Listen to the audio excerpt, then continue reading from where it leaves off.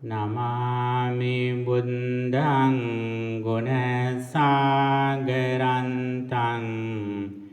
සන්තා සදා හොන්තු සුඛී අවේරා කායෝ නිගුංචෝ සකලෝ දුගන්ධෝ ගච්ඡන්ති සම්බේ මරණං අහංච සමන්ත චක්කවාලේසු අත්‍රා ගච්ඡන්තු දේවතා සද්ධම්මං මුනි රාජස්ස සුනන්තු සග්ග මොක්ඛදං ධම්ම ශ්‍රවණ කාලෝ අයං බදන්තා ධම්ම ශ්‍රවණ කාලෝ අයං බදන්තා ධම්ම ශ්‍රවණ කාලෝ අයං බදන්තා නමෝ තස්ස භගවතෝ අරහතෝ සම්මා සම්බුද්දස්ස නමෝ තස්ස භගවතෝ අරහතෝ සම්මා සම්බුද්දස්ස නමෝ තස්ස භගවතෝ අරහතෝ සම්මා සම්බුද්දස්ස සුතවතා උසෝ සාරිපුත්ත භික්ඛුනා කතමේ ධම්මා යෝනිසෝ මනසිකා තම්බාති සුතවතා උසෝ කොට්ඨිත භික්ඛුනා පංච උපාදානස්කන්ධා අනිච්චතෝ දුක්ඛතෝ රෝගතෝ ගණ්ඩතෝ සල්ලතෝ අගතෝ ආබාධතෝ පරතෝ පලෝකතෝ ශුඤ්ඤතෝ අනත්තතෝ යෝනිසෝ මනසිකා තම්බාති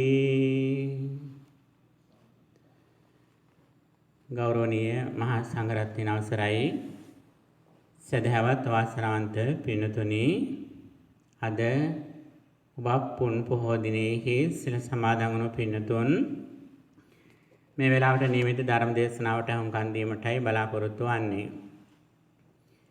අද අප ධර්ම දේශනාවේ මාතෘකාව වශයෙන් තෝරාගත්තේ සුතවන්ත කියන සූත්‍රය. ශ්‍රුතවත් භාවයට පත්වෙච්ච තැනැත්තා පිළිබඳව කියන සූත්‍රය. සුතවන්තු කියලා පාලි භාෂාවෙන් කියන්නේ අසා දැනගත්තා කියන කාරණය.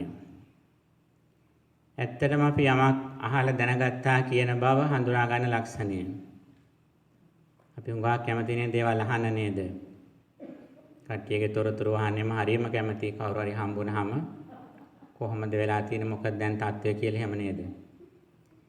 කන් දෙකෙන් නිතරම යම් යම් දේවල් අහන්න බලාපොරොත්තුෙන් අපි ඉන්නේ. පින්නතුනේ ඇත්තටම අපේ කන් දෙකෙන් අපි ප්‍රයෝජන ගත්තාද කියලා බලන අවස්ථාව මේක. ඒ වගේම අපේ කන් දෙක අලංකාරවත් කරගත්තද ලස්සන කරගත්තාද කියලා බලන අවස්ථාව. කන් දෙකට කරාබු දාලා නොයෙක් විදිහේ දේවල් දාලා අපි අලංකාර කරනවනේ. පින්වතුනි සමස්ත බුද්ධ ශාසනයකින් ප්‍රයෝජන ගත්තාද කියන එක තීරණය වන්නේ මෙන්න මේ සුතවන්ත භාවයත් එක්ක. වෙනත් විදිහකින් කියනවා නම් මේකට තමයි කියන්නේ සවනානුත්තරිය කියලා. අසන දේවල් වලින් වටිනාම දේ තමා අසා දැනගත්තාද කියන කාරණය. වෙනත් විදිහකින් කියනවා නම් සම්බුදු සසුනකින් ප්‍රතිඵල ගත්තාද කියන කාරණය. මේ ඊටාම දුෂ්කරව දුර්ලභව ලැබු මනුෂ්‍ය ජීවිතයෙන් සැබෑ ලෙසම තමා ප්‍රතිඵල ගත්තාද කියලා බලන අවස්ථාව. මේක සරල දෙයක් නෙවෙයි පින්නතුනි. මේ දේ අහන්න අපි සසර කල්ප ගානක් ගමන් කරලා ඇති. මේ දේ අහන්න බැරි වෙච්ච හේතුවෙන් සසර අප්‍රමාණ සත්‍ය මේ මොහොතේ නිර්යාදී තැන්වල දුක් විඳිනවා. මේ දේ අහලා දැනගන්න බොහෝ දෙනෙකුට පින නැතිකම නිසා වෙනත් දේවල් පිටුපස්සේ ගිහිල්ලා සත්‍ය හොයාගෙන යනවා. බුදුරජාණන් වහන්සේ ඉපදිච්ච බුද්ධ ගයාව බල සමහර අය අදත් උදේ පාන්දරට වතුරේ බහැලා නානවා විමුක්ති අපේක්ෂාවෙන්. බුදුරජාණන් වහන්සේගේ පාදර්ශය ලැබපු ස්ථානවල ගමන් කරමින් ඒව දිහා බලමින් අදත් මිනිස්සු මේ සත්‍යය අසා දැනගන්න බැරි වීම හේතුවෙන් ඊට පිනමදි වීම හේතුවෙන් අදත් විවිධ විදිහේ දුෂ්කර වෘත දහම් රකින්නවා.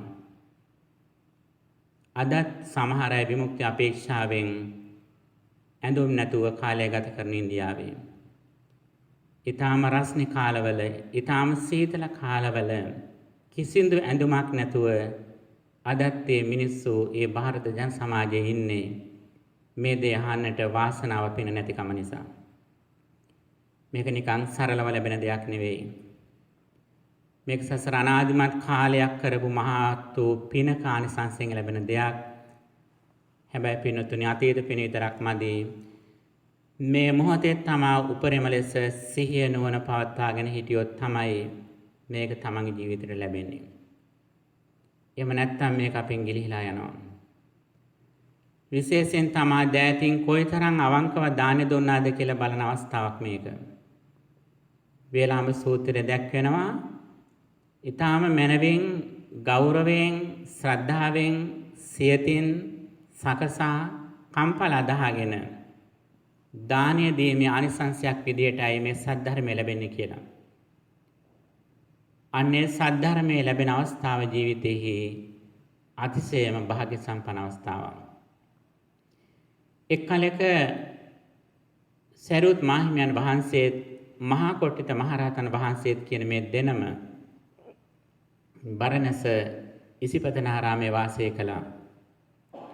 මේ වාසය කරන අවස්ථාවේදී කොට්ටිත කියන ස්වාමීන් වහන්සේ අහනවා සරියුත් මාහිමියන් වහන්සේගෙන් සාරිපුත්යන් වහන්සේ යම්කිසි කෙනෙක් කිසියම් භික්ෂුවක් විසින් සුතමේ භාවයට පත්වෙච්ච නැත්නම් තමන්ගේ දසවන් වලින් සැබෑ දහමක් අහපු කෙනා විසින් කුමක්ද කළ යුත්තේ කියලා අහනවා.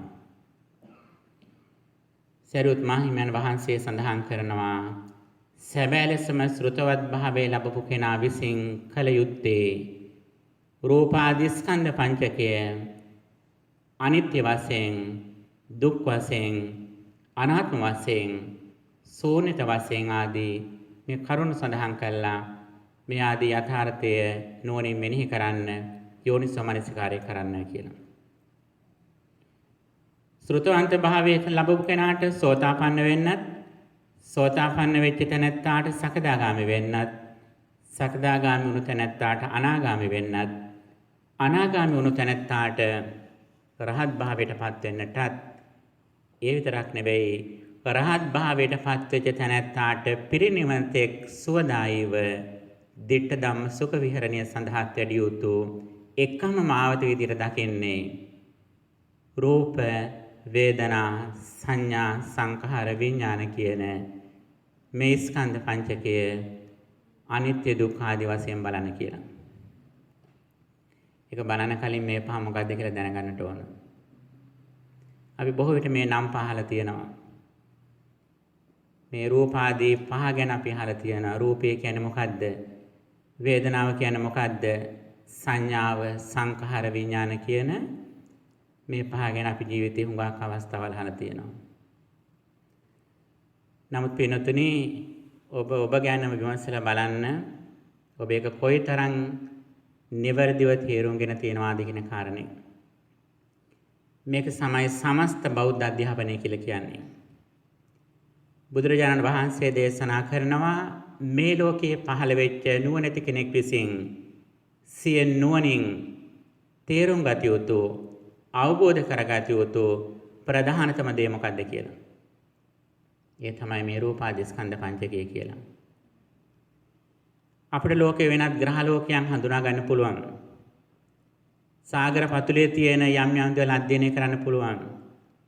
ඊටම සියුම් බැක්ටීරියා වෛරස් ආදී දේවල් අධ්‍යයනය කරන්න පුළුවන්.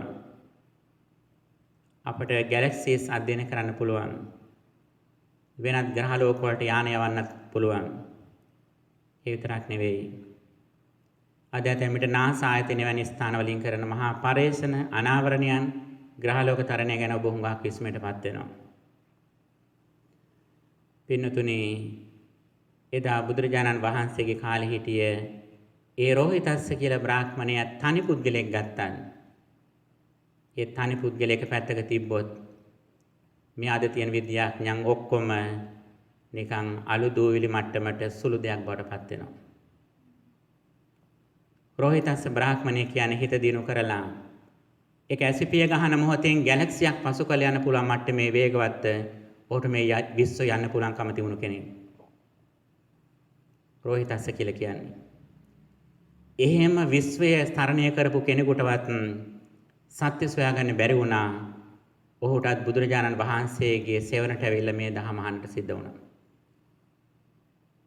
ඉතින් ඔබට හිතන්න පුළුවන් එහෙනම් අද වර්තමානයේ අපි ලැබපු දිනුව මොකද්ද කියලා.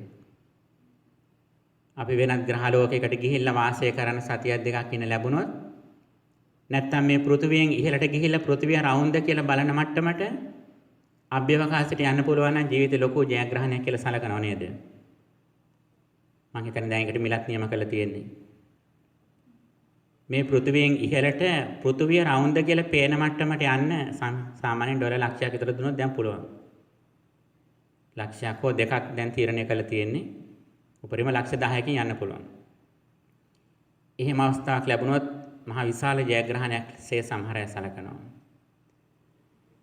පින්නතුනි, රෝහිතස්ස කියන වැනි අය මාර්ගඵල ලබන කලින් තිමිච්ච තත්ත්වය මේ කිව්වේ. හැබැයි මුගලන් මහිමන වහන්සේ කියලා කියන්නේ ඊටත් වඩා හුඟක් දුර ගිහපු කෙනෙක්. රාජාන වහන්සේ කෙනෙක් විදියට. අන්න එවැනි උත්තමයන්ටත් ඒ සියලුම දේවට වඩා වටින දෙයක් බවට පත් උනේ මෙන්න මේ රූප ආදී ස්කන්ධ පංචකයේ තේරුම් ගැනීම. ඒක ඊටාම සියුම් දෙයක්. ග්‍රහලෝක තරණය කළ එන්න පුළුවන් අපට. එහෙම ආවත් අපි ජරා මරණ වලින් නිදහස් වෙන්නේ නැහැ. යම්කිසි කෙනෙක් අපට බනිනකොට වෙනස්කමක් කරනකොට අපේ ළඟම ඥාතියෙක් මේ යනකොට අපේ රූප සම්පත්තිය වෙනස් වෙනකොට අපේ ශරීරයට ඊටාම බරපතල රෝගයක් තියෙනවා. හෙට උදෑසන 6ට මේ යනවා කියලා වාර්තාවක් ආවොත් ඔබට මොකක් වේද? ඔබේ ළඟම ඥාතියෙක් හෙට උදෑසන 6ට මිය ගිහිල්ලා තොරතුරු ආවොතින් ඔබට ඔබ දැනට ඊටාම ආදරය කරන දෙන්නෙක් හෝ තුන් දෙනෙක් හෙට උදෑසන 6ට මිය ගිහිල්ලා කියලා ආරංචි ආවොතින් ඔබට මොකද වෙන්නේ? ඔබ හිතලා දින්නේ ගැන. එක්කෙනෙක් දෙන්නෙක් නෙවෙයි. යම්කිසි තැනැත්තියකට හිටිය දරුවන් 32 දෙනා ස්වාමි පුරුෂයාත් කියන මේ 33 දෙනාම මිය ගිහිපු කාරණේ අසන වෙලාවේදී දුකටපත් නොවන විදියට දර්ශනයක් බුදුදහම ඉදිරිපත් කළා තියෙනවා. එහෙනම් අර ග්‍රහලෝක තරණෙද වටින්නේ මේ දර්ශනයටපත් වෙලා දුක නිදහස් වීමද? අන්න එතෙන්දි තමයි පිනොතන අපිට මෙවැනි දර්ශනයක් හොයාගෙන එන්නට වෙන්නේ. අද ලෝකයේ බොහෝ දෙනා ඉහළ අධ්‍යාපනයක් ලබලා ආර්ථිකයෙන් ඉහළටමපත් වෙලා ධනයෙන් ලබන්න පුළුවන් උපරිමයටපත් වෙලා ඊළඟට අද එන්නේ ධර්මයේ පැත්තට එන්නේ. දුකෙන් නිදහස් වෙන මට්ටමට එන්නේ. ඒක අද ඊයේ විතරක් නෙවෙයි. ඒක බුදුරජාණන් වහන්සේගේ කාලෙත් එහෙමමයි. රට්ටපාල කුමාරය වැනි අය, යසකුල පුත්‍රයා වැනි අය, අනුරුද්ධ කුමාරය වැනි අය, සෝන ස්වාමින් වහන්සේ වැනි අය අතිශය සුඛෝභෝගී ජීවිත ගත කරපු අය. සරියුත් මුගලන් කියලා කියන්නේ උපතිස්ස කෝලිත කියලා කියන්නේ එකල තිමිච්ච සියලුම අධ්‍යාපනය ලැබපු අය. දැන් කාලේ විදියට නම් ඩොක්ටරේට්ස් 25ක් විතර ගත්ත කෙනෙක් තමයි සරියුත් හාමුදුරුවෝ කියලා කියන්නේ. එවැනි දැනුම් සම්භාරයක් තිමිච්ච කෙනෙක් එකල තිමිච්ච ඉහළම මට්ටමේ නාට්‍යයක් බලන්න ගිහපු අවස්ථාවේදී විනෝද වෙන්නට ගිහපු අවස්ථාවකදී ඒ අය ඒ විනෝද වෙන දේවල් බලලා අවසානයේදී සතුටටපත් උනේ නැහැ. දැන් බලන්න ඔබට අද කාලේ විදියට සතුට ලබන්න තියෙන දේවල්, සින්දු අහන්න තියෙන දේවල්, කෑම බීම කන්න, ඇඳුම් පැළඳුම් අඳින්න, යාළුවෝ ළඟින් මැසුරු කරන්න, මේ සියලුම දේවල් ඔබට එක මාසයක් එක දිගටම ලැබුණොත් ඔබට මොකක් වේද? ලබන්න පුළුවන් සියලුම භෞතික සම්පත් ලැබුවට පස්සේ මොකක් වේද? ඔබ ඇතැම් මේට තවදුරටත් ඒව ලබන්න කියලා හිතයි.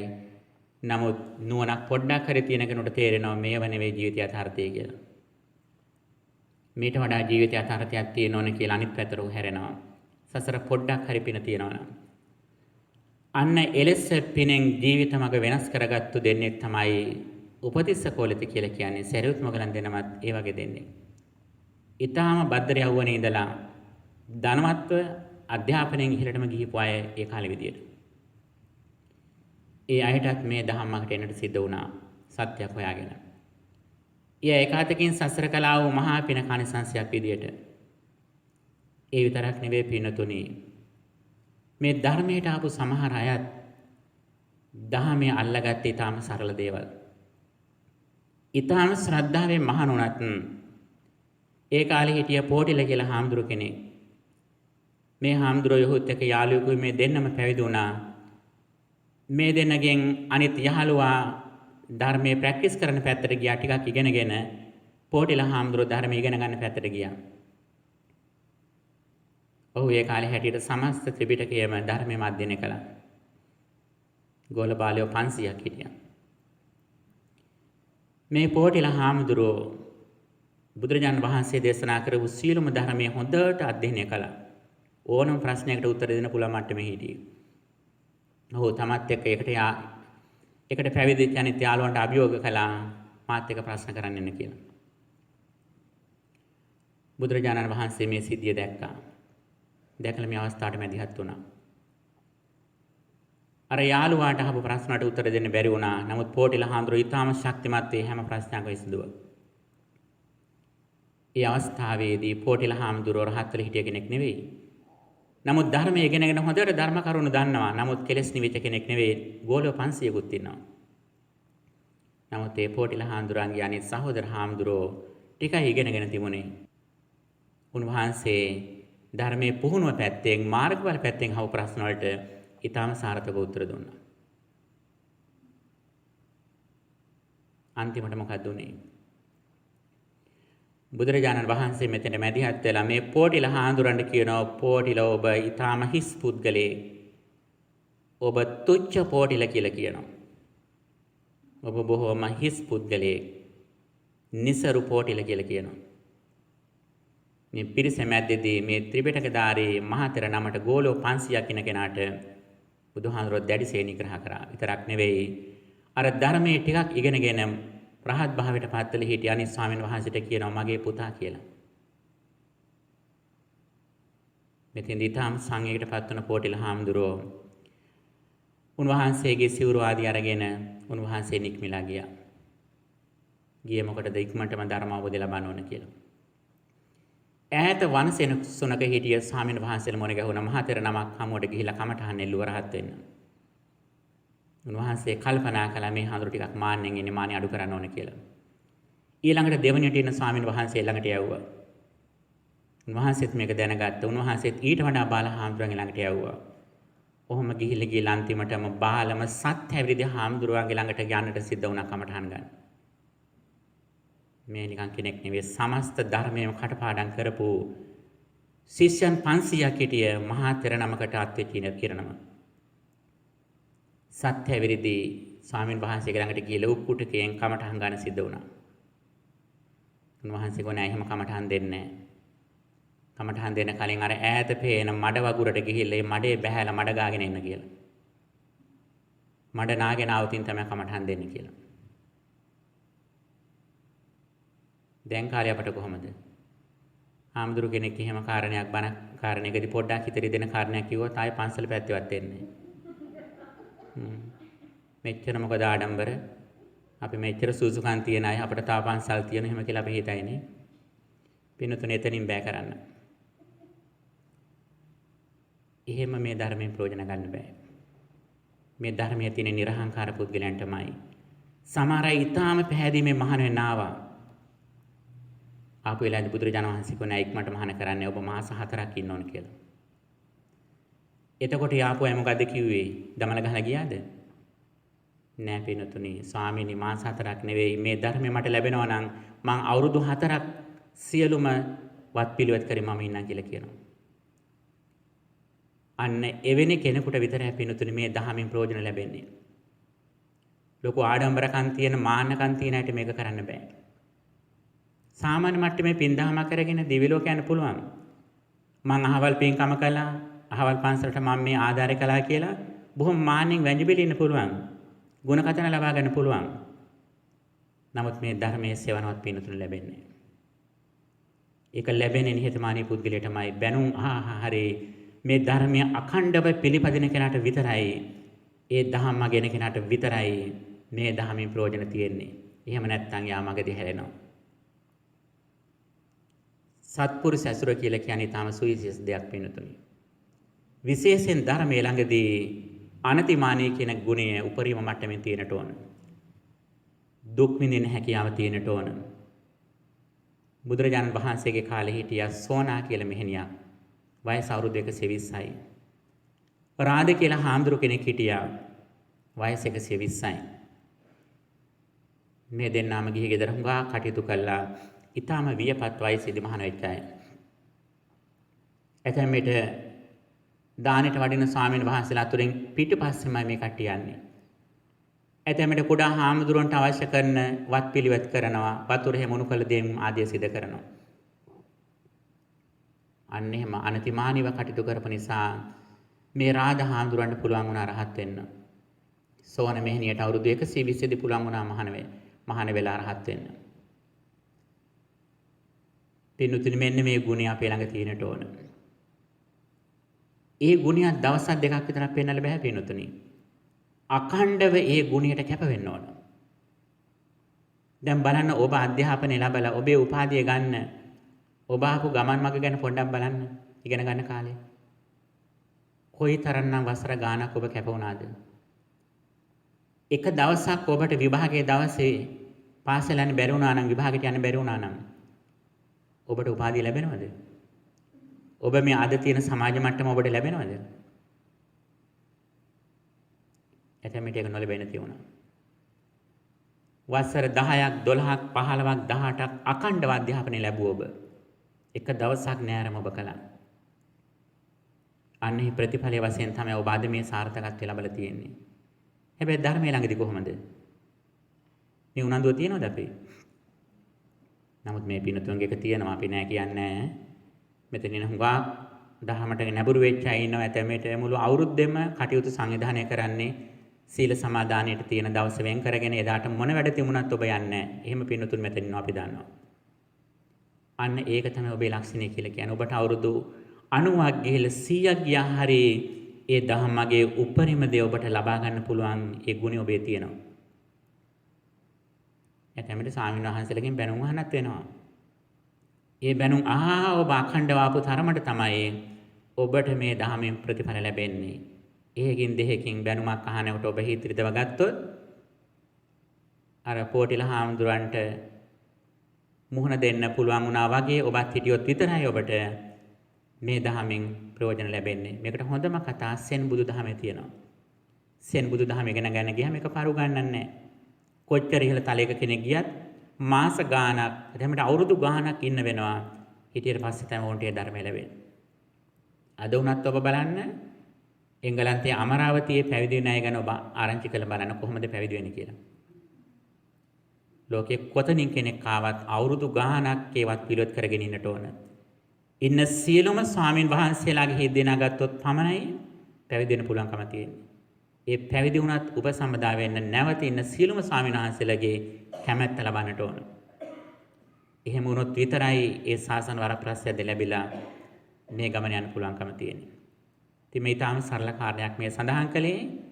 ඒකට හේතුව තමයි අපි සමහර ධර්ම කාරණා ඊටාම ගැඹුරින් සාකච්ඡා කරනවා. සාකච්ඡා කළේ වුණාට පස්සේ ඇතැම්මට සමහර අය පොඩි දෙයකටත් කලකිරෙනවා. ඇතැම්මට අඛණ්ඩව මේ ගමන යන්න බැරුව සමහර විට ගිලිහෙන අවස්ථා තියෙනවා. මෙන්න මේ ගුණය අපේ ළඟ නැති නිසා පිනොතනේ අපිට මේ දුර ගමන යන්න බැරි වෙලා තියෙනවා. ඒක හිතන්න එපා දේශකවරුන්ගේ වරදක් කියලා. ඒක අපේ පැත්තෙම තියෙන අඩුපාඩුවක් කියලා හිතන්න. ඒ දහම සරල දෙයක් නෙවෙයි පිනතුනි. ඒ දහම ලැබෙන්නේ කල්යාණ මිත්‍රයන් වෙතින්. කල්යාණ මිත්‍රයන් වෙතින් ලබනකොට තමනුත් ඒකට දක්ෂ වෙන්නට ඕන. තමනුත් කල්යාණ මිත්‍රයෙක් වෙන්නට ඕන. ඔබේ ළඟත් ඒ සත්පුරුෂ ගුණධම් උපරිම මට්ටමින් තියාගන්නට ඕන. ඒක අහලා දැනගන්න විතරක් නෙවෙයි ඒ පුහුණුව ඒ ප්‍රැක්ටිස් එක අඛණ්ඩව තමාගේ ජීවිතය තුළ තියෙනට ඕන. සාමාන්‍ය දවසට විනාඩි 5ක් විනාඩි 2ක් මේ ධර්මයේ හිතලා විතරක් බෑ පින්නතුනි. කරන හැම කටයුත්තක් එක්කම මේ දහමත් එකට බද්ධ වෙන්නට ඕන. වෙනත් විදිහකින් කියනවා නම් තමන්ගේ හුස්මට සතිමත් බව එකතු කරන්න ඕන. හුස්ම ගැනීම පිට කිරීම පිළිබඳව තියෙන මෙන්න මේ අඛණ්ඩව සිදුවන මේ ක්‍රියාවලිය එකට සමාන්තරව සතිපට්ඨානෙ දිනු කරොත් පමණයි මේ ධර්මයෙන් අපට සැලකිය යුතු කැපී පෙනෙන වෙනසක් පරිවර්තනයක් අපේ ජීවිතවල සිද්ධ වෙන්නේ. එහෙම නැති වුණත් යම් කිසි මට්ටමක ප්‍රතිඵලයක් ලබන්න පුළුවන්. හැබැයි අපේ කෙලෙස් වල වෙනසක් අඩුවක් දකින්න නැත්නම් ඊට තව කල්ප ගානක් ඉදිරියට යන්න වෙයි. බුදුරු ලක්ෂ ගානක් තව ඉදිරියට මුණ ගැහෙන වෙයි. ඒ අතරදී අප්‍රමාණ කාලයක් දුගති ගිහිලා දුක් විඳින්න සිද්ධ වෙයි. අන්‍යතරින් වැළකෙන නම් පින්නතුනි මේ ධහම ලැබෙනකොට ඊටාම මනවෙන් ඒක අහන්නට ඕන. ඒක උපරිම ලෙස මතක තියා ගන්න ඕන. ඒක උපරිම ලෙස තමන්ගේ ජීවිතය තුළ පුහුණු කරන්නට ඕන. අපේ ජීවිතයේ යථාර්ථය තමයි මේ රූපාදී ස්කන්ධ පංචකය කියලා කියන්නේ. මේක පේන දෙයක් නෙවෙයි පින්නතුනි. මේක සම්පූර්ණව නුවණින් අවබෝධ කරගන්න ඕන දෙයක්. රූප වේදනා සංඥා සංඛාර විඥාන කියන මේ පහ තමයි අපේ ජීවිතේ යටින් දිවෙන යථාර්ථය. හරියට අයිස්බර්ග් එකක් තියෙනවා නම් අයිස්බර්ග් එකෙන් වතුරෙන් ඉහළට පේන කොටස වගේ තමයි අපට මේ පේන ඥාති මිත්‍රාදීන් කෑම බීම රූප ශබ්ද ආදී මේ ඇහෙන ටික අර අයිස්බර්ග් එකෙන් උඩ තියෙන ටික වගේ. නමුත් ඒ උඩ තියෙනට වඩා ලොකු කොටසක් යට තියෙන අයිස්බර්ග් එක යට වතුරෙන් වැහිලා. අන්නේ වතුරෙන් වැසිලා තියෙන කොටස තමයි මේ පංචස්කන්ධය නැත්තම් පංච උපාදාන ස්කන්ධය කියලා කියන්නේ. අන්න ඒක මතු කළ දෙන්නේ බුද්ධ ආදී සත්පුරුෂයන් වහන්සේලා. ඒක පින්නතුනි සාමාන්‍ය බන්දේසියක් උඩ තියලා ඔබට කෑම ටිකක් ගෙනත් දෙනවා කේක් කෑල්ලක් ගෙනත් දෙනවා වගේ දෙයක් නෙවෙයි මේක. මේක සම්පූර්ණයෙන්ම නුවණින් තේරුම් ගන්න ඕන දෙයක්. මේක නුවණත් එක්ක ප්‍රඥාවත් එක්ක ඩීල් කරන එකක් මේක. ඊටාම තියුණු නුවණක් තියෙන කෙනෙකුට පමණයි මේක තේරුම් ගන්නට පුළුවන්. බුදුරජාණන් වහන්සේ කෑ දේශනා කළේ පටිසෝතකාමයෙන් නිපුණං දුද්දසං අනුං රාගරත්තාන දක්ඛන්ති කියලා.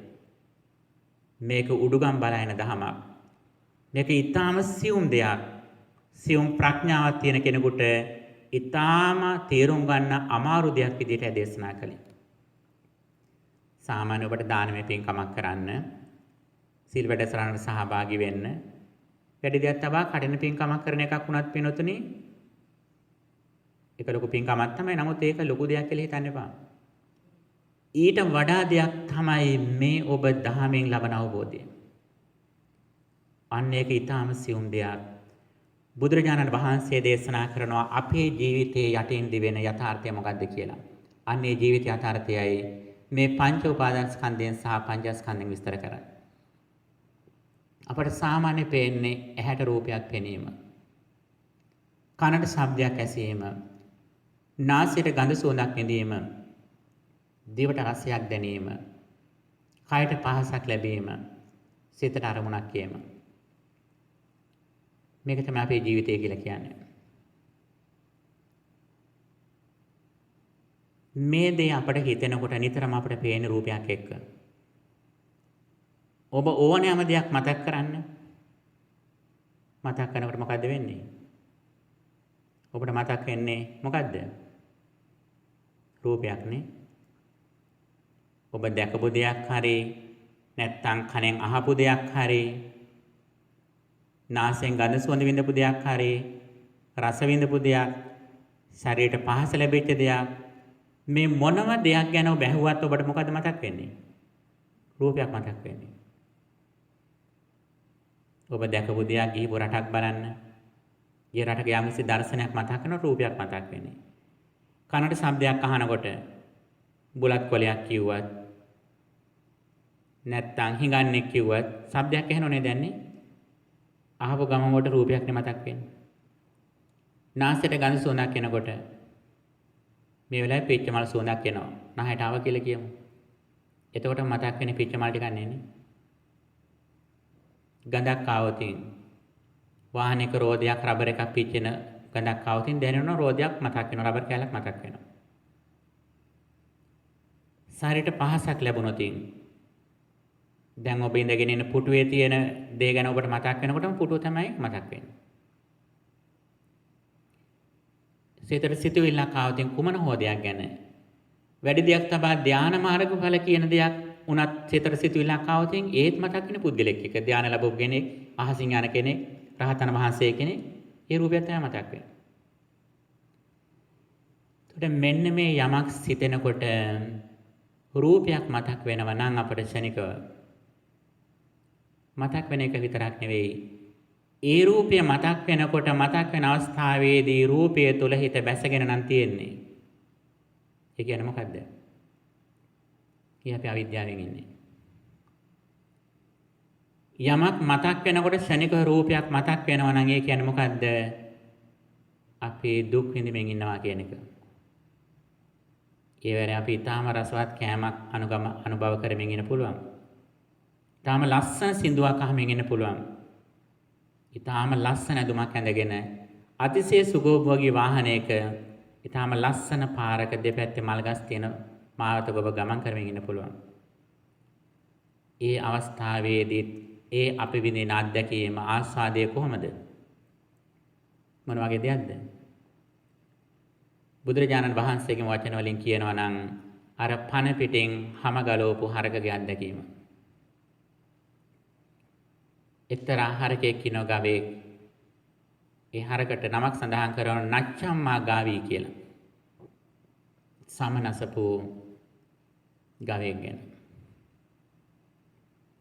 අපි ඊටාම ආස්වාදයේ සහිතව ශබ්දයක් වින්දත්, ගඳ සුවඳක් වින්දත්, රසයක් වින්දත් අර හැම ගලවපු හරකයි ඊටාම සුළු වේලාවක් ආස්වාදයක් විඳිනවා නම් ආස්වාදයේ ටිකයි අල්ප ආස්වාදයි බහු ආදීනවයි. බුදුරජාණන් වහන්සේ සඳහන් කරන මේ දෙයින් ආස්වාදයක් නැත්තේ නේ ආස්වාදයක් තියෙනවා. ලෝකෙහි ආස්වාදයක් තියෙනවා. හැට රූප පේනකොට, කනට ශබ්ද අහනකොට, නාසයට ගඳ සුවඳ විඳිනකොට ආස්වාදයක් තියෙනවා. දැන් ඔබ ගත්ත උපාධිය ගැන බලන්නනේ. උපාධි ප්‍රදාන සොයද සතුටු නා නේද? හුඟක් නේ. මෙච්චර මේ වගේ උපාධියක් තියෙනවා, මාස්ටර් ඩිග්‍රියක් තියෙනවා, ડોක්ටරේට් එකක් තියෙනවා කියලා සතුටු නා නේද? බලන්න ඔබ ඒ ගැන සතුට විඳපු විනාඩි ගානයි ඒකට ඔබ දුක් විඳපු කාලය අතර කම්පයා කරලා බලන්න පොඩ්ඩක්. එතකොට ඔබට තේරෙයි තත්ත්වය කොහොමද කියලා. ඔබට දරුවෙක් ඉන්නවා කියලා සතුටු වෙන්න පුළුවන්. ඒ දරුවගේ දිනුවක් දැකලා සතුටු වෙන්න පුළුවන්. හැබැයි පිටපස්සේ ඔබ කොයිතරම් කැපවීමක්, දුකක්, වෙහෙසක් වෙන්නේ නැද්ද? ඉදිරියටත් තව කොයිතරම් දුක් ටිකක් ඔබට ඔබේ දරුවා වීම නිසා තියෙනවද? පින්නතුනි ආස්වාදයක් තියෙනව නැත්තේ නෑ. නමුත් ඒ ආස්වාදයේ පිටපස්සේ තියෙන මහා ආදීනව ටික බුදුරජාණන් වහන්සේලා දකිනවා. අන්න ඒක දැකලා තමයි ඊට වඩා ඉහළ දහමක් මේ අනාවරණය කළ ලෝකෙට දේශනා කරන්නේ. පින්නතුනි අපි මේ සඳහන් කළේ අවිද්‍යාවේ ස්වභාවය.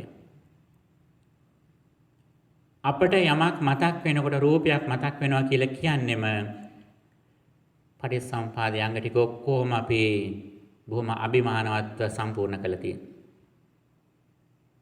අවිද්‍යාව පත්‍ය සංඛාරා, සංඛාර පත්‍ය විඥානං, විඥාන පත්‍ය නාම රූපං, නාම රූප පත්‍ය සලආයතනං, සලආයතන පත්‍ය පස්සෝ, පස්ස පත්‍ය වේදනා, වේදනා පත්‍ය තණ්හා,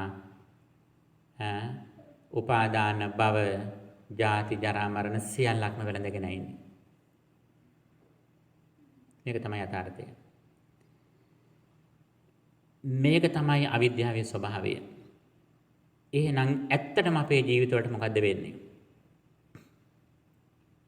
මෙන්න මේ අවිද්‍යාවෙන් අපි ඉන්නකන් ඒ අවිද්‍යාවේ ස්වභාවය ගැන ධර්මයේ සඳහන් කරනවා හරියට අර බ්ලැක් හෝල් එකක ඉන්න කෙනෙක් වගේ. දැඩි අන්ධකාරයේ ඉන්නේ. අපි ඊටාම ඉහළ අධ්‍යාපනයක් ලැබලා ඉහළම බඩු බාණ්ඩු පරිහරණය කරමින් ඊටාම ලස්සන විදුලි ආලෝක තියෙන තැනක අපි වාඩි වෙලා හිටියත් ඉදිරියේ පේන රූපය දිහා බලාගෙන ඇස් කඩාගෙන බලාගෙන ඉන්නවා නම් ඒත් අපි ඉන්නේ බ්ලැක් හෝල් එකේ ඉන්නේ අන්ධකාරයේ ඉන්නේ.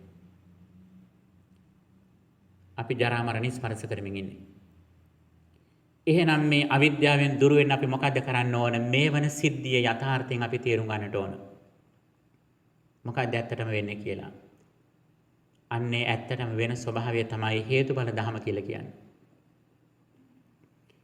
ඇසට රූපයක් පේනකොට ශනිකව ඇස නිර්මාණය වෙනවා. ඒක නිකන් වෙන දෙයක් නෙවෙයි. ඊට කලින් තියෙන මානසික ස්වභාවය. සහ ඊට කලින් ආත්ම භාවල කරපු කර්මයේ දායද සියල්ලක්ම එකට එකතු වෙලා හේතු ගානක එකතුවකින් අවිද්‍යා, කර්ම, තෘෂ්ණා, නිබ්බති ලක්ෂණ නොදැනීම ආදී හේතු ගානක එකතුවකින් රූපය සම්බන්ධයෙන් නම් ආහාරයත් එකතු වෙලා මේ සියලුම දේවල් ප්‍රතිඵලයක් විදිහට ඇස නිර්මාණය වෙනවා. ඒ ඇස එක දිගටම එක විදිහට තියෙන ඇසක් නෙවෙයි. හැම මොහොතෙම මේක කර්මාන්ත ශාලාවකින් නව භාණ්ඩ නිෂ්පාදනය කරනවා වගේ මනසේ ස්වභාවයට අනුව හැම මොහොතකම මේ ඉන්ද්‍රිය ආයතන සකස් කරමින් ඉන්නේ. මේ මොහොතේ පේන ඇස තියෙනවා නම් ඒ ඇසේ ශක්තිය මේ බාහිරට පේන ඇස නෙවෙයි මේ කියන්නේ වරදවා තේරුම් ගන්න එපා. ඒ බාහිරට පේන්නේ මස් ඇස විතරයි. ඒක චක්කායතනෙ නෙවෙයි බාහිරට පේන්නේ. බාහිරට අපට පේන්නේ රූප ආයතනය. මේ ඇහැට ඇන්නොත් චක්කු විඥානය නෙවෙයි පහළ වෙන්නේ. ඇහැට ඇඟිල්ලෙන් ඇන්නොත් පහළ වෙන්නේ මොන විඥානයද? කාය විඥානය. අපේ කනට ඇන්නොත් සෝත විඥානය නෙවෙයි පහළ වෙන්නේ. මොකද්ද පහළ වෙන්නේ? කාය විඥානය. නාසයට ඇන්නොත් පහළ වෙන්නේ ගාන විඥානයේද කාය විඥානයේද? කාය විඥානය. දිවට ඇන්නොත් ඇඟිල්ලෙන් මොන විඥානයද පහළ වෙන්නේ? කාය විඥානය. ජීව විඥානය නෙවෙයි. එතකොට මේ චක්කු සෝත ගාන જીවහා කාය කියන පින්නතුනි විඥාන එකක්වත් දකින්න බෑසෙන්. මේ මනිදස්සනයි. මන ආයතන දකින්න බෑ කියන කමුතෙන් කියන්න ඕනේ. ඇස, කන, නාසය, දිව, ශරීරය කියන මේ එක ආයතනයක්වත් ඇසෙන් බලන්න බෑ. බලන්නේ රූප ආයතනෙ විතරයි. ශබ්දය බලන්නත් බෑ. ගන්ධය බලන්නත් බෑ. රසය බලන්නත් බෑ. පොට්ටබ්බය බලන්නත් බෑ. ධර්මාලම්බනේ කොහොමද බලන්න බෑ. ආයතන 12න් පේන්නේ සනිදස්සන එකම ආයතනේ ඒ රූප ආයතනෙ විතරයි. හැඩ ගෝචරණ ආයතනෙ. එතකොට මේ චක්ඛායතනය කියන්නේ මේ මස් ඇස පාදක කරගෙන තියෙන පෙනීමේ ශක්තිය. ඒ පෙනීමේ ශක්තිය අහුත්වා සම්බුතං හුත්වාන භවිස්සති පෙර නොතිබී හටගෙන ඉතුරු නැතුවම නිරුද්ධ වෙනවා. නිරුද්ධ වෙන්නේ තව හේතු ටිකක් නිර්මාණය කළායි නිරුද්ධ වෙන්නේ නිකම්ම නෙවෙයි. ඒ හේතු ටික ඊළඟට ඔසවලා ගන්නේ මන ආයතනෙ. ඇසට රූපයක් දකිනවා. දකිනකොට හේතු ගානක් එකතු වෙනවා. ඒ මොහොතේ නිර්මාණය කළ දෙන ඇස ඒ ඇහැ පාදක කරගෙන තමයි ඇහි ස්වභාවයට අනුව තමයි රූප පේන්නේ. නමුත් අපිට හිතෙන්නේ කොහොමද? රූපයේ තියෙන හැටියට තමයි මට පේන්නේ කියලානේ. රූපයේ තියෙන හැටියට නෙවෙයි Tamanට පේන්නේ පින්නතුනි. Tamanගේ ඇසේ ප්‍රමාණයට අනුව හැකියාවට අනුව තමයි රූපය පේන්නේ. සරල උදාහරණයක් ගන්න. ඔබ එළියට බැහැලා රාත්‍රී අහසේ බැලුවොත් ඔබට තාරකාවක් පේන්නේ. ඔබ තවත් සියුම් උපකරණයකින් බැලුවොත් අන්වීක්ෂයක් දාලා තරුවක් නෙවෙයි ගැලැක්සියක් කියලා ඔබට පේන්නේ. වඩාත්ම සියුම් උපකරණයකින් බැලුවොත් තේරෙයි එක ගැලැක්සියක් නෙවෙයි මේ ගැලැක්සිස් දහස් ගාණක් කියලා. එහෙනම් මොකක්ද ඇත්තටම ඇත්ත වෙලා තියෙන්නේ? අර එක තරුවක් කියලා හිතපු එකද? ගැලැක්සියක්ද? ගැලැක්සි මිලියන ගාණද ඇත්ත? ඒ එකක්වත් නෙවෙයි පිනතුන ඇත්ත කියලා කියන්නේ. ඒ මොහොතට ඒ ඇසේ පෙනීමේ ශක්තියට අනුව නිර්මාණය කළ දීපු රූපයයි එවලට සත්‍ය වෙලා තියෙන්නේ. ඒක නියම සත්‍ය නෙවෙයි. ඒක තමන්ගේ ලෝකයට සත්‍ය වෙච්ච දේ. ඒක දිගට තියෙන දෙයක් නෙවෙයි. මේ මොහොතේ පේන දේ උනත් පින්නතුනි මේක විද්‍යාඥයෙකුට තේරුම් ගන්න පුළුවන්. මේ බලන එකේ එක ගැලැක්සියක් නෙමෙයි ගැලැක්සි මිලියන ගාණක් තියෙනවා කියලා විද්‍යාඥයන්ට ඔප්පු කරලා කියන්න පුළුවන්. පින්නතුනි හිතන්නේ මේක දක්ෂතාවය කියලා. ඒක නෙවෙයි දක්ෂතාවය.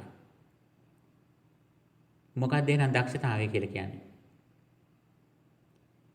ඒ ඊටාම සියුම් උපකරණයකින් ඒ පේන ලෝකයේ ගැලැක්සිස් මිලියන ගාණක් තියෙනවා කියලා අනාවරණය කරාට අපිට දුකින් නිදහස් වෙන්න බෑ. ස්ටීවන් හොකින් වැනි අය මේව අධ්‍යයනය කළා කිව්වා. නමුත් දුකින් නිදහස් වෙන්න පුළුවන්කම තිබුණද? දුකින් නිදහස් වෙන්න බෑ පින්නතුනි. දුකින් නිදහස් වෙන නම් මොකද කරන්න ඕනේ? මේක යථාර්ථය තේරුම් ගන්න එක. මේ පේන වර්ණ රූපය අපට පේනලා හඳුනා ගන්නකොට මොකද්ද වෙන්නේ? අපට කිසිදාක චක්කු විඥාණයෙන් මේක හඳුනා ගන්න බෑ. ඒකේ ප්‍රයිමරි නොලෙජ් එකක් විතරයි ලැබෙන්නේ. භාගතුන් වහන්සේ දේශනා කරන්නේ න පංචේ විඥානේහි කේනච ධම්මා පටිවිඥානාති. චක්කු විඥාන, සෝත විඥාන, ගහන විඥාන, ජීවහා විඥාන, කාය විඥාන කියන මේ පංච විඥානයන්ගෙන් කිසිම දෙයක් දැනගන්න බෑ කියලා. අඤ්ඤතර අබිනිපාතමත්තා. මේ ආයතනයේට අරමුණ පතිතිවීම විතරයි මේ සිද්ධ වෙන්නේ. ඒක තේරුම් ගන්නකොට මොකද තත්ත්වේ? තේරුම් ගන්නේ ඇසෙන්වත්, චක්කු විඥාණයෙන්වත්, චක්කු සම්පස්සෙන්වත්, රූප සංඥාවෙන්වත්, රූප සංචේතනාවෙන්වත්, විපාක මනෝ ධාතුවෙන්වත්, විපාක මනෝ විඥාන ධාතුවෙන්වත් නෙවෙයි තේරුම් ගන්නේ. ඒ සියල්ලක්ම උපේක්ෂා සාගතයි. තේරුම් ගන්නේ මොකෙන්ද? තේරුම් ගන්නේ මනෝ විඥාණයෙන්. මනෝ විඥාණයෙන් තේරුම් ගන්න විතරක් නෙවෙයි පින්නතුනි. ඒ මනෝ විඥාණයෙන් තේරුම් ගන්නකොට මොකද තත්ත්වය? ඒ මනෝ විඥාණයෙන් තේරුම් ගන්න පාදක වෙච්ච ඒ කරුණු ටික ඉතුරු නැතුවම නිරුද්ධ වෙලා. මෙන්න මේකයි තේරුම් ගන්න අමාරු දේ. මෙන්න මේකයි සම්මා සම්බුදුරජාණන් වහන්සේ කෙනෙක් අනාවරණය කරන අසිරිමත් ධහම කියලා කියන්නේ. මේකට තමයි බුදුරජාණන් වහන්සේ පුබ්බේ අනුනුසුතේසු ධම්මේසු කියලා දේශනා කළේ. උන්වහන්සේට පෙර නොයසු විරු ධහම පහළ වුණා කිව්වේ මේක. එහෙනම් අපට දුක ඇති වෙන්නේ කොහොමද? අපි දැනට දුකක් හරි සැපක් හරි විඳිනවා නම් විඳින්නේ කොහොමද? අර මුල් ඇස කන නාසය දිව ශරීරය කියන මේ ආයතන නිරුද්ධ වෙච්ච තැනක ඒ නිරුද්ධ වෙච්ච දේ ගැන මන ආයතනෙන් ගන්න දේනුයි අපි මෙතෙක් කල දුක් සැප විඳලා තියෙන්නේ. ඒ විදින අවස්ථාවේදී අර රූපේ ඉතුරු නැතුවම නිරුද්ධ වෙනවා. මෙතෙක් කලක් අපි දුක් සැප විඳින්නේ කොහොමද? මනෝ විඥානය.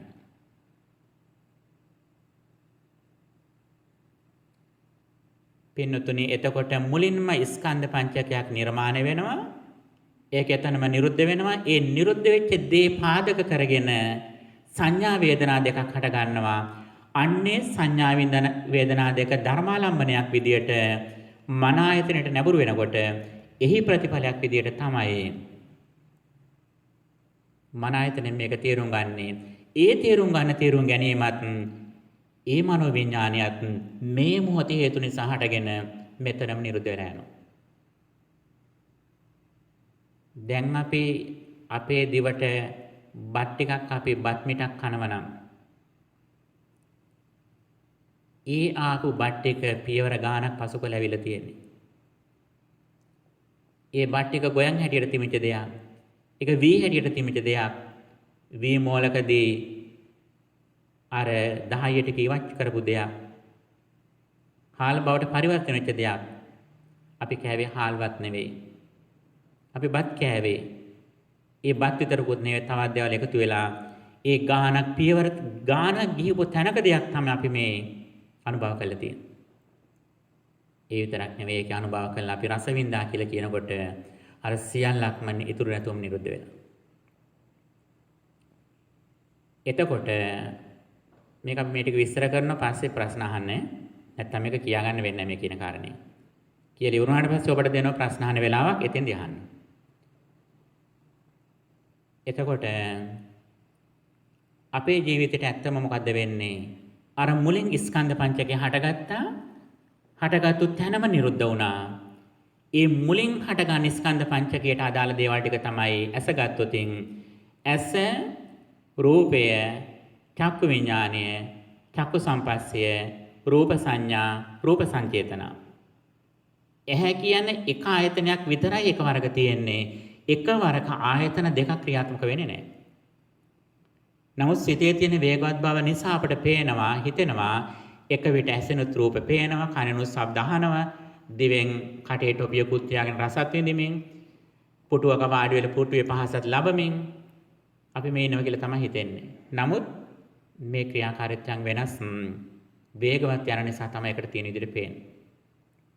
එක ආයතනයක් පහළ නිරුද්ධ වෙනවා, මන ආයතන හටගන්න එකත් නිරුද්ධ වෙලා ඊට පස්සේ තමයි ඊළඟ ආයතනය පහළ වෙන්නේ. එතකොට අර මුල්ම කියන අවස්ථාව ඇස පහළ වුණා නම් ඇසත් එක්ක මේ හටගන්නා වූ ස්කන්ධ පංචකය නිර්මාණය වෙනවා. ඒකට ඇසයි රූපය දෙක අයිති වෙන්නේ රූප ආයතනයට, රූපස්කන්ධයට. ඊට පස්සේ ඒ සම්බන්ධයෙන් හටගන්න විඥානය අයත් වන්නේ විඥාන ස්කන්ධයට. චක්කු සම්පස්සජා වේදනාව අයිති වෙන්නේ වේදනා ස්කන්ධයට. රූප සංඥාව අයිති වෙන්නේ සංඥා ස්කන්ධයට. රූප සංචේතනාව අයිති වෙන්නේ සංස්කාර ස්කන්ධයට. ඊට පස්සේ විපාක මනෝ ධාතුව, විපාක මනෝ විඥාන ධාතුව කියන අවස්ථාවකුත් පසු කළ තමයි ඒ විපාක මට්ටේ අවස්ථාව නිවටපත් වෙන්නේ. ඒ අවස්ථාව සැපක්වත් දුකක්වත් නෙවෙයි. ඒක කුසලයක්වත් අකුසලයක්වත් නෙවෙයි. ඒක විපාක මට්ටමේ අවස්ථාවක්. ඒක ඊටාම ශනිකයි. ඒක හටගෙන එතනම නිරුද්ධ වෙලා යනවා. නිරුද්ධ වෙලා ගිහිල්ලා අපි ඒක තීරුම් ගන්නේ කොහොමද? නව කර්ම විදියට. ඊට පස්සේ අපි තැනක හිට ගන්නවා. ඒ හිට ගන්න තැන කොහොමද? ඒ හිට ගන්න තැන අවිද්‍යාව තුල නම් ඉන්නේ. මේ ක්‍රමවේදය අපි දන්නේ නැත්නම්, මේ process එක අපි දන්නේ නැත්නම් අපිට මොකද්ද වෙන්නේ? අපි හිතන්නේ බාහිරයි මේ රූපේ තියෙන්නේ කියලා. සරලම උදාහරණයක් ගත්තොත් අපි පිඟානක දාගෙන කැම ටිකක් කනකොට අපිට මොකද හිතෙන්නේ? කටට රස දැනෙනකොට අපිට මොකද හිතෙන්නේ?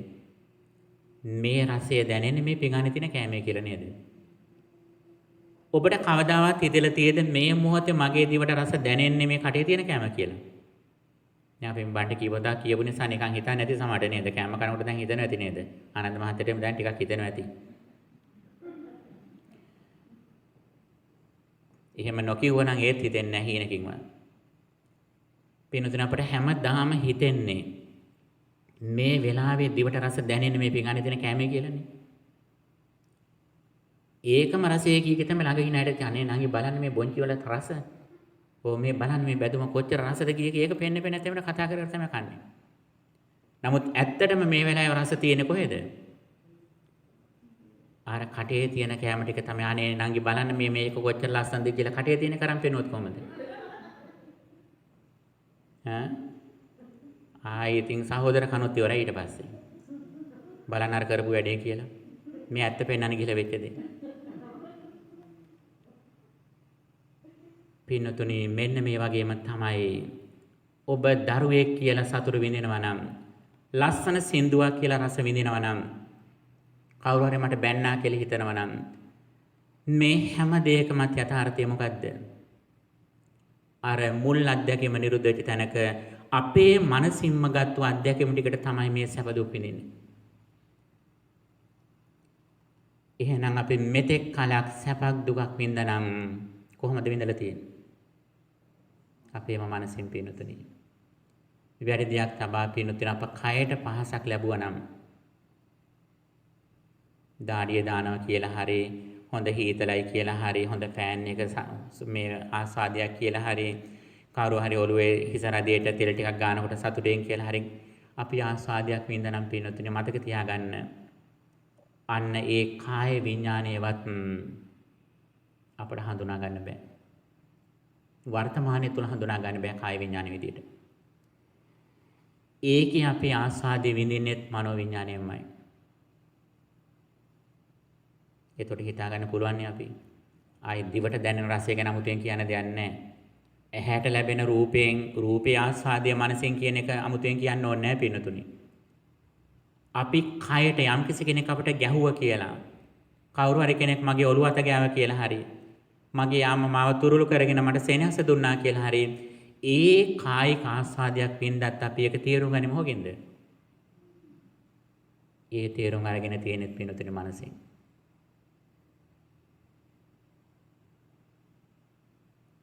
පින්නතුනි මෙන්න මේක දැකගත්තොත් තමයි දැන් අපි කියමු රාත්‍රී කාලේ ඔබ ඥාති ගෙදරක ගිහිපු වෙලාවෙදි පින්කමකට ගියා කියමු.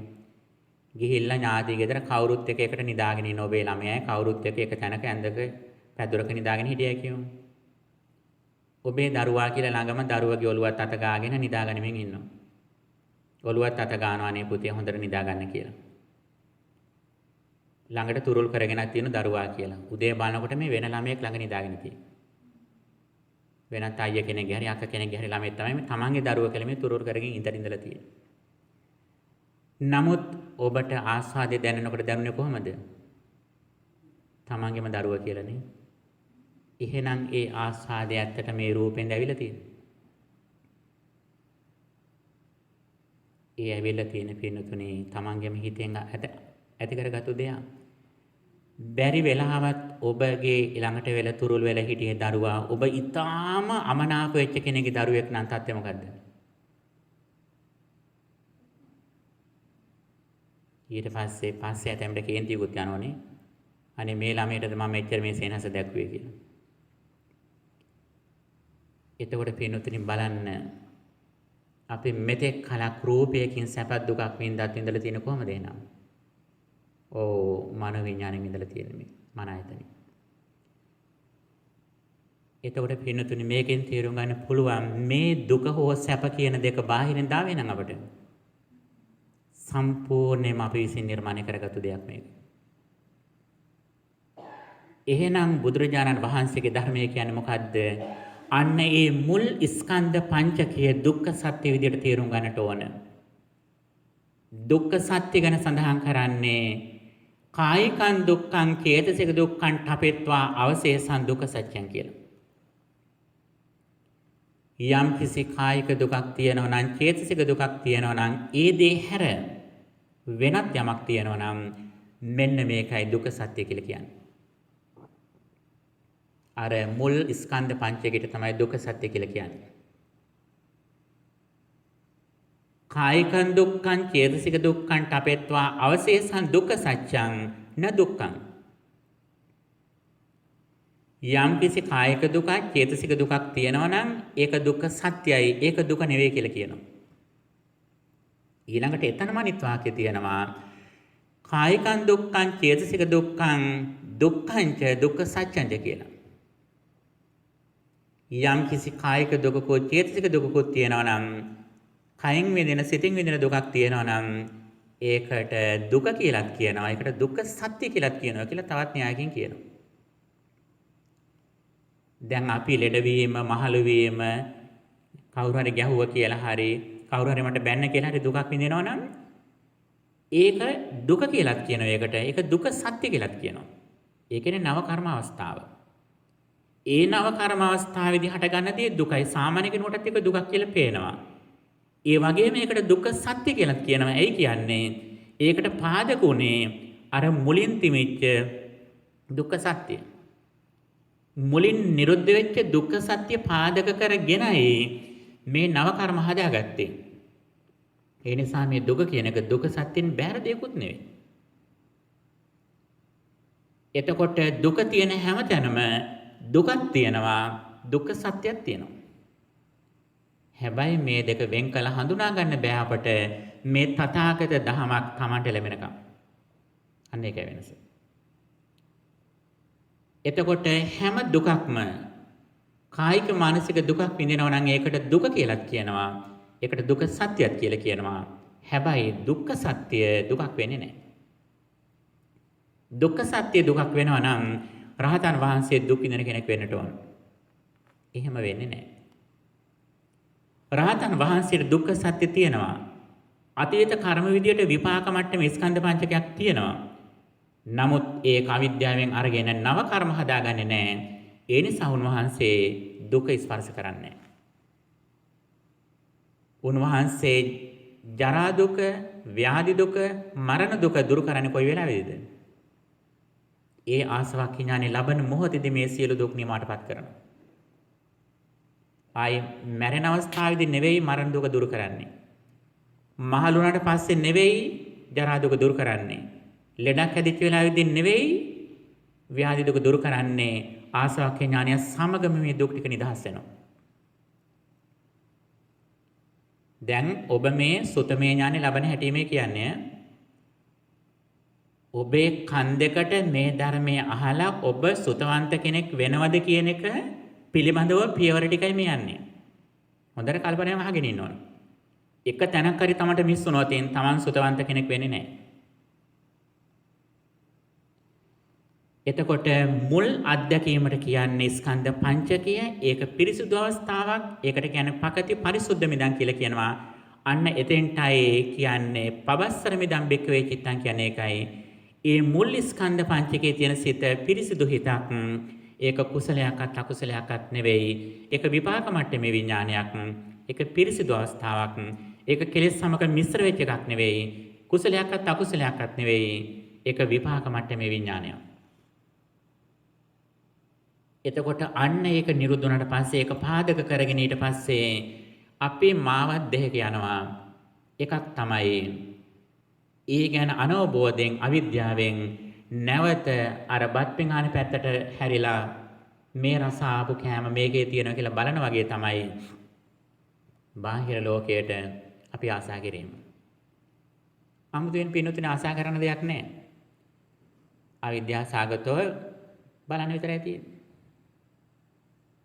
අවිද්‍යාව තියෙනවා නම් අනිත් ඔක්කොම පරිසම්පාදයාංග ටික නිර්මාණය වෙලා තියෙන තමන්ගේ පැත්තට සංසාර චක්‍රයේ පැත්තට.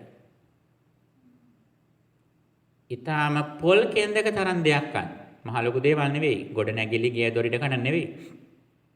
ඉදි කට්ටක පොල් කේන්දක දෙයක් හරියි. බාහිර දෙයක් තියෙනකොට මේ දේ බාහිරේ කියලා තියෙන කියලා තමා හිතාගෙන ඉන්නවා නම් ඒ කියන්නේ තමාන්ට සියලුම දුක් එන්න සියලුම සුසු කණ්ඩික තමා හදාගෙන ඉන්නේ. සර්ටිෆිකේට් එක තියෙනවා. බය වෙන දෙයක් නැහැ. ඕන තැනක ගියාම රැකියාව තියෙනවා. ජරා මරණ දුක් විඳින රැකියාව තියෙනවා. අපායට යන රැකියාවට ඔක්කොම සුසු කණ්ඩික තියාගෙන ඉන්නේ මේ. ඕන කෙනෙක් බනිනකොට බැනුම් අහන්න පුළුවන්. ඇයි සාතිකේ තියාගෙන ඉන්නේ? සර්ටිෆිකේට් එක තියානේ මට බනින්න කියලා ඕන කෙනෙකුට කියනකම් ඉන්න පුළුවන්. බනින්න ඕනේ නැහැ. නරක විදියට ඇස් දෙක රවුම් කරලා බැලුවත් ඇති. මෙහි අඩාගෙන දුවන.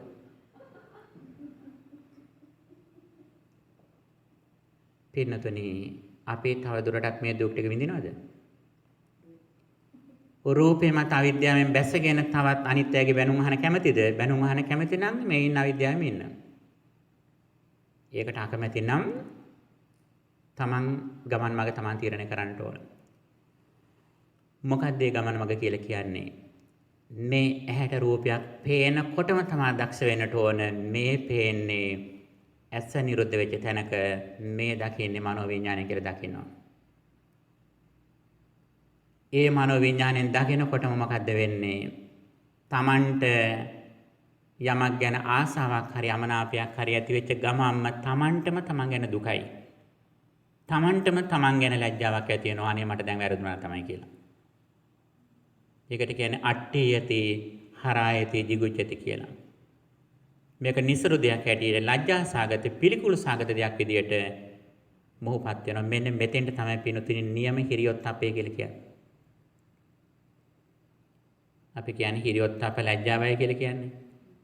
ලෝකපාලක ධර්ම කියන්නේ සාමාන්‍ය ලෝකේ නම් වැරදි කරන්න තියෙන ලැජ්ජාවයි තමයි කියන්නේ.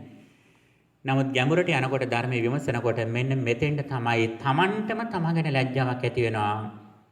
බාහිර රූපයක් ගැන ආසාවක් ඇති වෙනවා නම් ආසා කරලා තියෙන ඇත්තටම රූපයට නෙවෙයි තමන්ගේම මනසට මේ. කාට හරි ඊර්ෂ්‍යා කරා නම් ඊර්ෂ්‍යා කරලා තියෙන අනිත් කෙනාට නෙවෙයි තමන්ටම තමන්ගේම හිතට. තමන්ට මේ වගේ සුසුකාන්තිය කියලා මාන්නයක් ඇති කරගෙන තියෙනවා නම් ඒ ඇති කරගෙන තියෙන තමන්ගේ වාහනයටවත් තමන්ගේ සර්ටිෆිකේට් එකටවත් නෙවෙයි තමන්ගේම මනසට. කාට හරි වෙනස්කමක් කරා නම් කාට හරි හොඳ පාඩමක් ඉගෙනුවා කියලා අපි කියනවනේ නේ. මම යට හොඳ දෙකක් කියලා හොඳ පාඩමක් ඉගෙනුවා. කාටද පාඩමක් වන්නලා තියෙන්නේ? තමන්ගේම මනසට මේ පාඩම උගන්වලා තියෙන අනිත් පැයට නෙවෙයි ඇත්තේ. පින්නතුනි යම් තාක් ජීවිතේ බලන්න අපි කරපු දේවල් මෙතෙක් කාල. සියලුම දේවල්. සියලුම දේවල් කියන්නේ පින්නතුනි සියලුම දේවල්. වෙන කතාවක් නැහැ. අපි මෙතෙක් කල කරපු සියලුම දේවල් කළා තියෙන රූපේ නිරුද්ධ වෙච්ච තැනක මේ මනෝ විඥානයත් එක්ක කරපු ඩීල් එකක් මේ. සියලුම දේවල් කියන්නේ සියලුම දේවල්. ඒක එහෙම ඉදන්න. අවදෙලින් වෙලා විතර නෙවෙයි සිහිනේදී සිහිනක් දැක්කනම් ඒත් කළ තියෙන එකම තමයි. සිහිනේදී බය වුණා නම් සිහිනේදී හොඳ කෙනෙක් කියලා කතා බහ කරා නම් ඒ හැම දෙයක්මත් වෙලා තියෙන මෙතෙක් කලක් වෙනුතුන මනසින් අපි ඒක හඳුනාගෙන තියෙන මනසින්. හැබැයි වරදවා තේරුම් ගන්න එපා. මේකෙන් කියන්නේ බුදුදහමෙන් රූපයක් නැහැ කියලා කියනවා කියලා. රූපයක් නැහැ කියලා කියන්නේ. රූපයක් තියෙනවා. රූපයක් තියෙන නිසා තමයි අපිට මේ වර්ණ රූපේ පේන්නේ. මේ රතු පාට කියලා, මේ ස්වාමින් වහන්සේ කෙනෙක් කියලා, මේ වර්ණය Tamanට එන්නේ. ඒකට මූලික වෙච්ච පඨවි ආපෝ තේජෝ වායෝ කියන මේ ධාතු වල එකතුවක් ලෝකයේ තුල තියෙනවා. හැබැයි ඒ ටිකත් පින්නතුනේ සැකසෙන්නේ අපේ මනසට අනුව. අන්න ඒකයි තියෙන අසිරිය. වෙනත් අය කියන්නේ මේක ඕනම කෙනෙකුට එක වගේ අත්දකින්න පුළුවන් කියලා. නමුත් බුදුදහමේ වෙනස තමයි මේ පේන රූපය මගේ ලෝකයට මේ මොහොතේ නිර්මාණය වෙන රූපයක් මේක. මගේ ලෝකයට උනත් ඊළඟ මොහොතේදී මේක වෙනස්. මගේ මනස ඊළඟ මොහොතේ වෙනස් වුණොත් මේ පේන ලෝකයේ සම්පූර්ණ වෙනස් වෙන්න පුළුවන්. එතකොට සුතවන්ත භාවය කියන්නේ මොකද්ද? අපි ඇස කන ආදී ඉන්ද්‍රියකින් යමක් ස්පර්ශ කරන මුල් අවස්ථාවේ ඇතිවන රූප වේදනා සංඥා සංඛාර විඥානවල ස්වභාවය තේරුම් ගැනීම ඒව සකස් වෙන්නේ අවිද්‍යා කර්ම තෘෂ්ණා නිබ්බති ලක්ෂණ නොදැනීම ආහාර ස්පර්ශ කියන මෙන්න මේ හේතු මතයි ඒ මුල් ස්කන්ධ පංචකයේ නිර්මාණය වෙන්නේ. හැබැයි ඒ අවිද්‍යාදී හේතු නිසා හටගත්තට ඒ හටගත්තු ඵලයේ අවිද්‍යාව නැහැ. අන්න ඒක වෙනස. ඔබේ කුසෙන් දරුවා නිර්මාණය කළාට ඔබේ කුසේ දරුවා මාස 8ක් 9ක් හිටියට දරුවා මේ ලෝකෙට නිර්මාණය වෙනකොට අර ශරීරයේ හිටිය කාලේ දේවල් ටික නෙවෙයි තියෙන්නේ. අන්න ඒ වගේ අපි අර මුල් අත්දැකීමට පාදක වෙච්ච අවිද්‍යාදී හේතු අකුසල දහම් ටිකක් තියෙනවා. හැබැයි ඒ නිර්මාණය වෙන අවස්ථාවේදී ඒක පිරිසිදුයි. ඒක ප්‍රතිඵලයේ පිරිසිදු ඒක විපාක මට්ටම. එතකොට අන්නේ විපාක මට්ටමේ අවස්ථාවට තමයි දුක්ඛ සත්‍ය කියලා කියන්නේ. අන්නේ දුක්ඛ සත්‍ය පාදක කරගෙන ඊට පස්සේ පැති දෙකක් යනවා. එකක් තමයි අපි අවිද්‍යා පත්‍ය සංඛාරා කියලා පුඤ්ඤාවි සංඛාර අපුඤ්ඤාවි සංඛාර ආනෙන්ජාවි සංඛාර රැස් කරනවා. එතකොට අපුඤ්ඤාවි සංඛාර කියලා කියන්නේ demeritorious actions කියන එක. ඊට පස්සේ පුඤ්ඤාවි සංඛාර meritorious karma actions කියලා. meritorious mental formations. ඊට පස්සේ ආනෙන්ජාවි සංඛාර invertible mental formations කියලා. නොසැලෙන අරූපාවචර ධානය ලබන්න හේතු වන actions ටිකක් අපි කරගන්නවා. මෙන්න මේ විදිහට ඒ අවිද්‍යාව පාදක කරගෙන එක්ක බාහිර ලෝකයක් තියෙනවා නැත්නම් ඒ ලෝකේ තමන්ගේ මනසේ තියෙන කියලා මේ දෙපැත්තෙන් එක පැත්තක අවිද්‍යාවෙන් ගත්තොත් ඊට අනුරූපව අපි එක්ක හිත අපිරිසුදු කරගෙන අපුඤ්ඤාවි සංඛාර කරනවා. කන්න විපාකං කළු විපාකගෙන දෙන කළු කර්ම කරනවා. නැත්තම් ධර්මයක් අහලා තියෙනවා නම් කම්මස්සගත සමාධියට ඉඳගෙන සුඛං සුඛ විපාකං කිය විදියට සුදු විපාක ලැබෙන සුදු කර්ම කරගන්නවා. නැත්තම් ආනෙජබ සංඛාර විදියට සුදු කර්ම සිදු කරගන්නවා. මේක තමයි සාමාන්‍ය ලෝක යන ක්‍රමය. පොඩි ස්කන්ධ පංචකේ හටගත්තා. ඒ ගැන නිසි අවබෝධයෙන් නොසිටියොතින් අපි එක්ක අපුඤ්ඤාභි සංකාර සිද්ධ වෙනවා, එක්ක පුඤ්ඤාභි සංකාර සිද්ධ වෙනවා, නැත්නම් ආනිඤ්ඤාභි සංකාර සිද්ධ වෙනවා. හැබැයි මෙහෙම කිව්ව ගමන් කලබල වෙන්න එපා දැන්. මේක කිව්ව ගමන් ඉඳලා පුඤ්ඤාභි සංකාර දුරු කරන්න කලබල වෙන්න එපා. මෙන්න මෙතෙන් තමයි අපිට වරදින්නේ. එකපාරම පුඤ්ඤාභි සංකාර දුරු කරන් තමයි බලන්නේ මේක කිව්ව ගමන්. අපුඤ්ඤාභි සංකාර වලට කිසිම කතාවක් නැහැ. මේක කිව්ව ගමම මතක් වෙන්නේ පුඤ්ඤාභි සංකාර දුරු කරන්නේ කොහොමද කියලා. මේ පිනුතුනේ මම හිතන මාරේ කරන්නේ මේක. මේක අහපු ගමම එහෙනම් ස්වාමීන් වහන්සේ මේ අපි පින්කම් කරන්නේ අවිද්‍යාව වෙන්නේ. එහෙනම් දන් දෙන එකම කොහොමද කරන්න ඕන? මෛත්‍රී භාවනා කරනකොට ආත්ම සංඥාව නේද? ඔන්න ප්‍රශ්න ටිකක් එනවා ඊට පස්සේ. අනිත් වැඩ කරන හැම වෙලාවෙදීම අකුසල කර කර ඉඳලා සාමාන්‍ය විද්‍යාවෙන් ගිලිලා ඉඳලා පින්කම් කරන්න කිය ගමන් මේක මතක් වෙනවා. පිනුතුනේ මෙතනින් වරද්ද ගන්න එපා. මේ කරුණාවෙන් මේ කියන්නේ. අමනාපයෙන් නෙමෙයි මේ කියන්නේ. අපට මඩ ගොඩේ ඉඳගෙන එකපාර මඩ හොදන්න බෑ. මඩ ගොඩේ ඉඳලා මඩත් එක්කම මඩෙන් එළියට එන්න ඕන. එළියට ඇවිල්ලා ටික දුරක් මඩ ගාගෙනම පාර දිගේ ගිහිල්ලා තමයි ළිඳ ළඟට යන්නේ. රෙස්ට් රූම් එකට යන්නේ.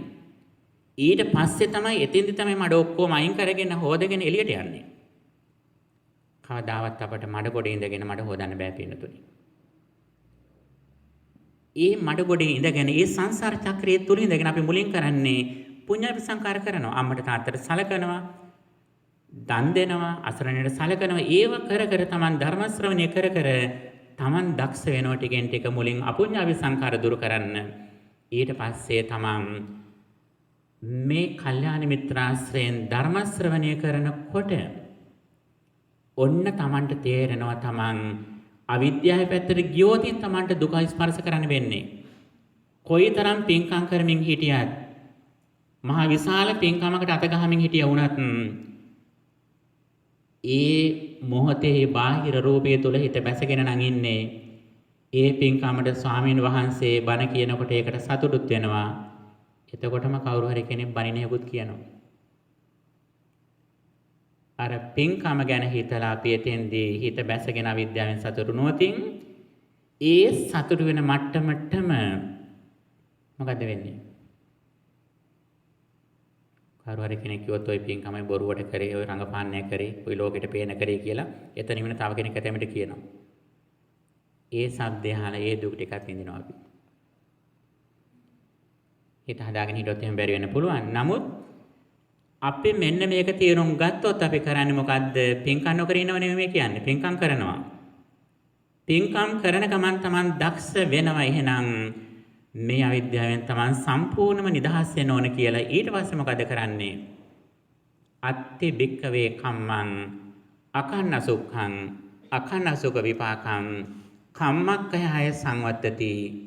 කලුත් නොවන සුදුත් නොවන කර්මක් ශේ කිරීම සඳහා හේතු වන කර්ම ටිකක් කරනවා. ඒ මොනවද? දැන් Taman දන්නවා ශ්‍රුතවත් බව ඇති කරගෙන තියෙන්නේ. දැන් ඔන්න ටික ටික ශ්‍රුතවත් බව ඇති වෙනවා. මොකද්ද ශ්‍රුතවත් බව කියලා කියන්නේ? ශ්‍රුතවත් බව කියලා කියන්නේ Taman දන්නවා මූල ස්කන්ධ පංචකේ නිරුද්ධ වුණා. ඒ නිරුද්ධ වෙච්ච බව දැන නොගත්තොත් එකාතකින් අකුසල වෙන්න පුළුවන්, අපුඤ්ඤාවි සංඛාර වෙන්න පුළුවන්. ඒ විතරක් නෙමෙයි පුඤ්ඤාවි සංඛාර සිද්ධවන්නේ මේ අවිද්‍යාවෙන්මයි. ඒ නිසා මම ටික ටික අනිත් පැත්තට යන්න ඕන කියලා තමා විදර්ශනා භාවනා කරනවා. ඒ මොකද්ද? ඒ තමයි තමන් විවේකයේ සලසාගෙන සීලයක පිළිහිටලා ටිකෙන් ටික මොකද්ද කරන්නේ? අර ආර්ය ශ්‍රැංගික මාර්ගයේ ඉඳගෙන මෙයා සිත වඩනවා. සිත සමාධිමත් කර කර සමාධිය තුල ඉඳගෙනත් ඔහු ලෝකයේ තුල ඉන්නේ. සීල සත්‍යෝ සුවපත් වෙත්වා කියලා ඔහු පුඤ්ඤාවි සංඛාරේ ඉන්නේ. පුඤ්ඤාවි සංඛාරෙන් හිත තැම්පත් කරගෙන ඔහු මොකද කරන්නේ? ඊට පස්සේ කම්මක්ඛය සංවත්තති කියපු විදියට ඔහු බලනවා ඇස අනිත්‍යයි, රූපය අනිත්‍යයි, චක්කු විඤ්ඤාණ අනිත්‍යයි කියලා. දැන් මේක නා බලන්නේ මොකද්ද? දැන් මේ ඇහැට රූපේ පේන අවස්ථාව බලන්නේ මොකද්ද? මේකට පාදක වෙච්ච දැන් ඇස නිරුද්ධ වෙලා තියෙන්නේ, රූපේ නිරුද්ධ වෙලා තියෙන්නේ. චක්කු විඥානේ නිරුද්ධ වෙලා තියෙන්නේ. චක්කු සම්පස්සය රූප සම්පස්සජා වේදනාව, රූප සංඥා, රූප සංචේතනා. මේවා නිරුද්ධ වෙච්ච තැනකයි මේක තියෙන කියලා දකිනවා. ඔහු මේක ඇහැට රූපයක් පේනකම ඉන්නේ. ඔහු දන්නව දැන් ඉදිරියේදී මේක ජීවිත යථාර්ථයක් කරන්න ඕන නම් ඔහු විවේකයේ ලැබෙන හැම අවස්ථාවකදීම මොකද කරන්නේ?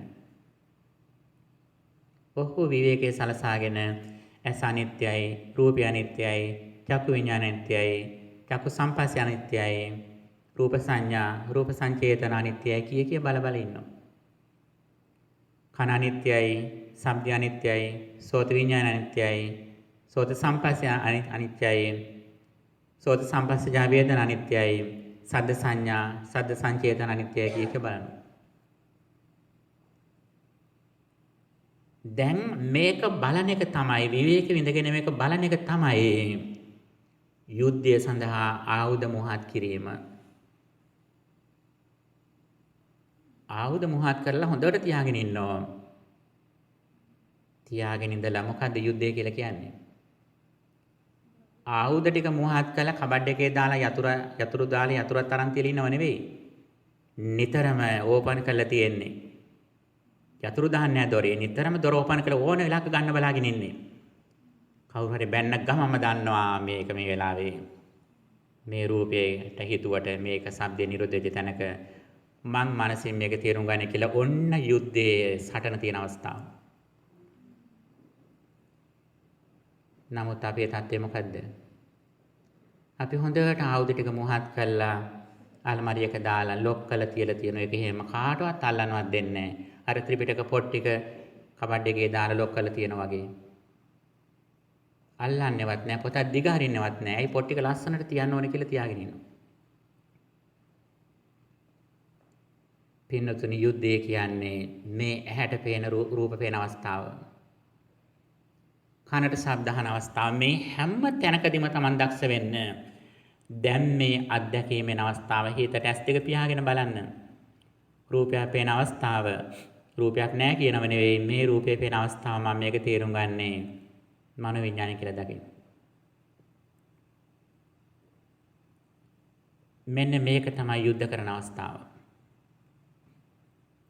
හැබැයි මෙහෙම කරා කියලා අපි එදිනෙදා කරන යුතුයකම් ටික නොකර ඉන්නවත් රැකිරක්ෂා නොකර ඉන්නවත් නෙවෙයි මේ කියන්නේ.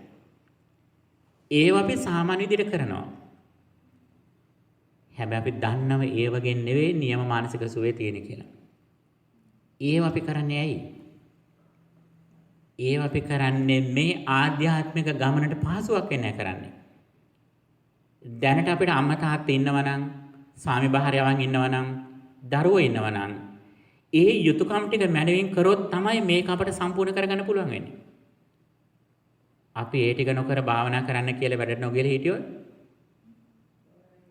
අපිට ඊට පස්සේ අනිත් අය දුක් විඳින නෙවෙයි ඊට පස්සේ අනිත් අය පොලිසියයි. ගෙදර අනිත් අය. මේ අපිට කැම ටික හම්බ කරලා දෙන්නේ නැහැ කියලා.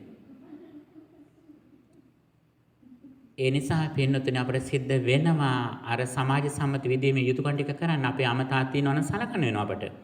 ඒ සලකලා ඒකේ පිනත් අපි අරගෙන අපි ආශිර්වාදය ගන්න මේ ආධ්‍යාත්මික ගමනට කල්යාණ මිත්‍රයන් ලබා ගන්න. මේකට විවේකී ලබා ගන්න. මේකට නිරෝගී භාවය ලබා ගන්න. මේ ගමන් මඟ පහසු වෙන්න තමයි අපි මේ පින්කම් ටික කළා ආශිර්වාද ලබා ගන්න. අපි කොමන පින්කමක් කළත් අම්මට තාත්තට සැලකීමේ ඉඳන් දරුවන්ට උදව් කිරීමේ පටන් කටින පින්කම නැවති පින්කම කිරීම දක්වා මේ අතර පරාසය කරන සීලම පින්කම් Taman තේරුම් ගන්න. මේව කළා ඒ මතය අපි ළඟ සතුරු වෙන නෙවෙයි මේ කරන්නේ. ඒ හැමදේම කරන්නේ තමාගේ මේ ආධ්‍යාත්මික ගමන් මඟට පහසුවක් වෙන්න, ආශිර්වාදයක් වෙන්න, ආනිසංසයක් වෙන්න කියන එක තමයි තේරුම් ගන්නට ඕන. එතකොට පින්නතුනේ මේ මහා කොට්ටිත හාමුදුරුවෝ මේ සූත්‍රයෙන් අහන ප්‍රශ්නේ මොකද සරියුත් මහ හිමියන් වහන්සේගෙන්? අහනවා සාරිපුත්‍රයන් වහන්සේ යම් කිසි කෙනෙක් ශ්‍රුතවන්ත භාවය ලැබුවා නම් මොකද්ද ශ්‍රුතවන්ත භාවය කියන්නේ? කන් දෙකෙන් අසා දැනගත්තා නම් මේ ලෝකයේ තියෙන වටිනාම දේ තමයි මේ ඔබ අසා දැනගත්තේ. මේකට තමයි ශ්‍රවණ අනුසරිය කියලා කියන්නේ. මේ දේ අහන්නට අපි අප්‍රමාණ පින්කම් සසරදී කළ තියෙන පිනතුනි. මේක සරලව නිකන් ලැබිච්ච දෙයක් කියලා හිතන්න එපා. ඔබ මේ පණිවිඩය අහනකොට ඔබ පැහැදෙන්න ඕන, ගෞරව කරන්න ඕන. ඇත්තටම මේ බණ කියන හාමුදුරන්ට නෙවෙයි. මේ ගෞරවය ලබා ගන්න අපට අයිතියක් නැහැ. මේ සියලුම ගෞරවය යන්නේ බුදුරජාණන් වහන්සේට. මේ සියලුම ගෞරවය යන්නේ අතීතයේ පටන් වැඩ සිටියේ ඒ සරියුත් මුගලන් ආදී ස්වාමින් වහන්සේලාට මේ ගෞරවය යන්නේ. අපට කිසිම ගෞරවයක් ලබා ගන්න මේකේ අයිතියක් නැහැ. ඒ උත්තමයන් වහන්සේලාට අපි ගෞරවය පවරලා අපි මේකේ ආනිසංසයේ ශ්‍රුතවන්ත භාවය ලබා ගන්නට ඕන. සරියුත් මාහිමියන් වහන්සේගෙන් අහන්නේ මහා කොටිත හාමුදුරුවෝ මෙන්න මේ ශ්‍රුතවත් භාවයේ ලැබිච්ච කෙනා මොකද්ද කරන්න ඕන කියලා. අන්නේ ශ්‍රුතවත් භාවයේ ලැබිච්ච කෙනා මේ පංච උපාදානස්කන්ධය රූප වේදනා ආදී මේ ස්කන්ධ පංචකය අනිත්‍ය වශයෙන් දුක් වශයෙන් රෝග වශයෙන් ගඩුවක් වශයෙන් සැතක් වශයෙන් ආබාධයක් වශයෙන් වෙනත් අයගේ දෙයක් වශයෙන් මේ ආදී විවිධ ආකාරයෙන් බලන්න කියලා කියනවා. පින්තුන් මෙතෙන්දී කාරණා දෙකක් තියෙනවා. මේක හොඳට මේ අවස්ථාව තේරුම් ගන්න.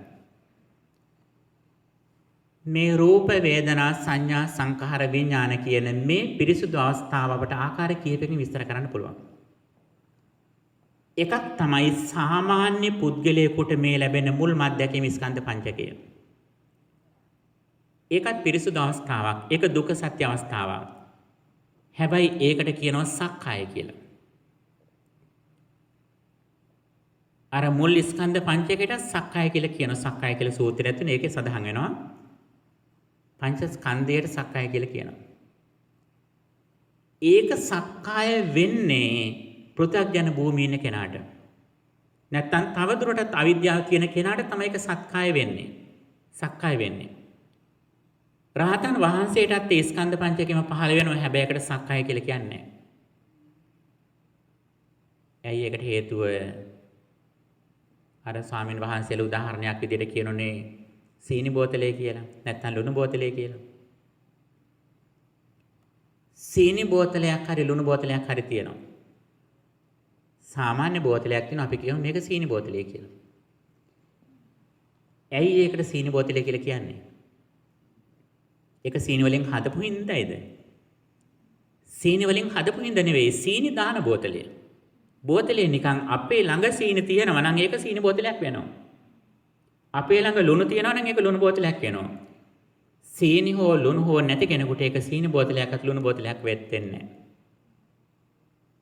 අන්නේ වගේම තමයි පෘථග්ජන භූමියේ නැත්තම් සීක භූමියේ අවිද්‍යාව තවදුරටත් තියෙන කෙනාට අර ස්කන්ධ පංචකයට කියනවා සක්කාය කියලා කියනවා. ඒ සක්කාය දුරු කරන මාවත විදිහට දේශනා කරන්නේ ආර්ෂ්ණික මාර්ගයේ. එතකොට ඒ සක්කායත් එක්ක මුසු කරගෙන තියෙනකොට තමයි ඒ ස්කන්ධ පංචකය ආශ්‍රව විදියට සාසවා උපාදානීය විදියට ආශ්‍රව විදියට උපාදාන විදියට තමන්ගේ ළඟ තියෙන සීනි ටික තමන්ගේ ළඟ තියෙන ලුණු ටික කියන්නේ මොකද්ද?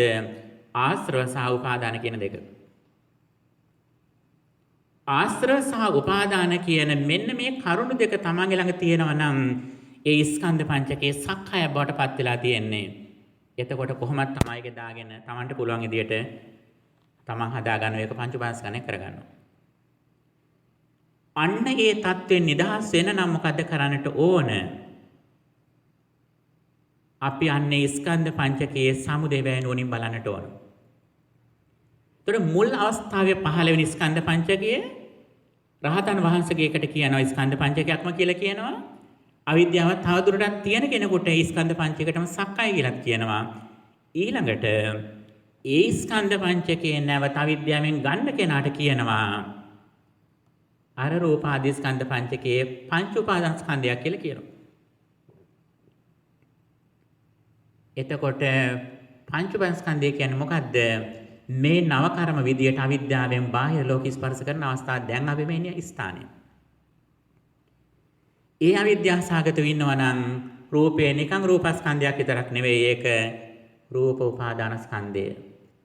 වේදනාව නිකන් වේදනාවක් නෙවෙයි. ඒක වේදනා උපාදානස්කන්ධය. දැන් මේ අවස්ථාවේ හඳුනා ගන්න එක නිකන් සංඥාස්කන්ධයක් නෙවෙයි. ඒක සංඥා උපාදානස්කන්ධය. ඒක සංඛාර උපාදානස්කන්ධය, විඥාන උපාදානස්කන්ධය බවට පත් වෙනවා. මෙන්න මේක තමා දන්නව නම් මෙන්න මේ උපාදානස්කන්ධ පංචකය බලන ආකාරය තමයි මේ තියෙන්නේ. එතකොට මේ දැනට අපි ගොඩනගාගත්තු එක ඒක අර මුල් ආහාරයෙන් ඇතිවෙච්ච දෙයක් නෙවෙයි. ආහාර නාම රූප ස්පර්ශ කියන මට්ටමින් ඇතිවෙච්ච මුල් අවස්ථාවේ ස්කන්ධ පංචකයෙන් නෙවෙයි දැන් මේ තියෙන්නේ. දැන් මේ තියෙන්නේ පංච උපාදානස්කන්ධ මට්ටමේකයි දැන් මේ තියෙන්නේ. අන්න ඒක බලන විදිය තමයි මේ සූත්‍රයේ තියෙන්නේ. ඒක කොහොමද බලන්න ඕන? ඒක අනිත්‍ය වශයෙන් බලන්න ඕන. අනිත්‍ය කියන්නේ හේතු නිසා හටගෙන හේතු නිරෝධයෙන් නිරෝධ වෙනවා. දැන් අපිට මේ හටගත්තු ස්කන්ධ පංචකය හටගෙන තියෙන මොහොතෙන්ද? අවිද්‍යාව ප්‍රත්‍යයෙන්. එතකොට ඒක අනිත්‍ය වශයෙන් බලන්න, ඒක දුක් වශයෙන් බලන්න, ඒක දුකක් ඒක. ඒ විතරක් නෙවෙයි ඒක සලකනවා රෝගතෝ. අපිට රෝගයක් ඇති වෙනවා. රෝගය ඇතිවන්නේත් මේ අවිද්‍යාවෙන් ගොඩනගත්තු ලෝකයට. රෝහල්, සෙමෙට්‍රි, ආදාහනාගාර, වැඩිහිටි නිවාස මේ සියල්ලක්ම තියෙන්නේ අවිද්‍යාවෙන් ගොඩනගාගත්තු ලෝකයට. ජරා මරණ ව්‍යාධි ප්‍රිය විප්‍රයෝග මේ සියල්ලම තියෙන්නේ අවිද්‍යාසගත ලෝකයට. ඒ අවිද්‍යාසගත ලෝකයේ රූපය රූපං අත්තසෝ සමනුපස්සති රූපවන්තං වත්තානං අත්තනිවා රූපං රූපස්මින් වත්තානං කියලා ගොඩනගාගෙන තියෙන අපි. රූපය මගේ කියලා අරන් තියෙන්නේ. රූපවන්තං වත්තානං ආත්මේ රූපය සහිතයි කියලා හදාගෙන තියෙන්නේ. අත්තනිවා රූපං ආත්මය තුල රූපය බැසගෙන ඉක කියලා හිතාගෙන ඉන්නවා. රූපස්මින් වත්තානං රූපය තුල ආත්මය බැසගෙන තියෙනවා කියලා හිතාගෙන ඉන්නවා. එවැනි ලෝකයකට තමයි මේ රෝග ආදිය තියෙන්නේ. අන්න ඒ නිසා මේ මොහොතේ ගොඩනගාගෙන තියෙන රූපය මේක ඇත්ත රූපය නෙවෙයි. මේක අවිද්‍යාවෙන් ගොඩනගාගත්තු රූපය. මේක රෝගතෝ රෝගයක් වශයෙන් බලන්න. රෝග ඇති වෙන්නේ මේකට. අපි කණ්ණාඩිය ළඟට ගිහිල්ලා යනකොටම කණ්ණාඩියේ රූපය නිර්මාණය වුණා. අයින් වෙනකොටම රූපය නිරුද්ධ වුණා කියලා අපි දකිනවා නම් ඒ කණ්ණාඩියේ නිර්මාණය වෙන රූපය ලෙඩ වෙනවා, වයසට යනවා, මැරෙනවා කියලා දුකක් තියනවද? ඔබේ රූපය ගැන නෙමෙයි මේ කියන්නේ. ඔබේ ඒ රූපය හේතු කරගෙන ඒ මොහොතේ කණ්ණාඩියේ නිර්මාණය වෙච්ච රූපය වයසට යනවද? ඒක ලෙඩ වෙනවද? ඒ වර්ණ රූපය ඒ මොහොතට හටගත්තු දෙයක් ඒක. ඒකේ ලෙඩවීම දුක් ආදී තියෙන ඔබ තමන්ගේ පැත්තේ ගොඩනගා ගන්න රූපයට දුක් ටික තියෙනවා. එතකොට යථාර්ථය කියන්නේ අර ඒ මොහොතේ හේතු නිසා නිර්මාණය වෙන ඒ බාහිර රූපයටයි. ඒකයි යථාර්ථය. ඒ යථාර්ථයට හරියට නුවණ තිබ්බොතින් ඒ රූපය වයසට යන්නේ නැහැ. එතකොට ඔබ දරුවෙක් කියලා ඇත්තටම හිතන අවස්ථාව මොකද්ද? අර රූපේ නිරුද්ධ වෙච්ච අවස්ථාවක්. ඔබේ මේ මොහොතින් මනසින් හිතන අවස්ථාව, ඒ සිතවිල්ල, ඒකේ පිරිසුදු මට්ටම හිතන අවස්ථාව, ඒ ප්‍රඥාව තුළ ජරා මරණ ආදී කිසිවක් නැහැ. එතකොට ඒක නැතුව අපි අවිද්‍යාවෙන් ගත්තොතින් ඒ ගන්න එක අනිත්‍ය වශයෙන්, දුක් වශයෙන්, අනාත්ම වශයෙන්, රෝගයක් වශයෙන් ඒ විතරක් නෙවෙයි සඳහන් කරනවා සල්ලතෝ මේක සැතක් වශයෙන්, උලක් වශයෙන් හිතන්න කියලා. ශුන්‍යතෝ මේක ශූන්‍ය වශයෙන් හිතන්න. ඇත්තටම මේ ලෝකයේ අපි මේ ශූන්‍ය වූ ලෝකයක් මේ ස්පර්ශ කරන්න පිණිතුනි.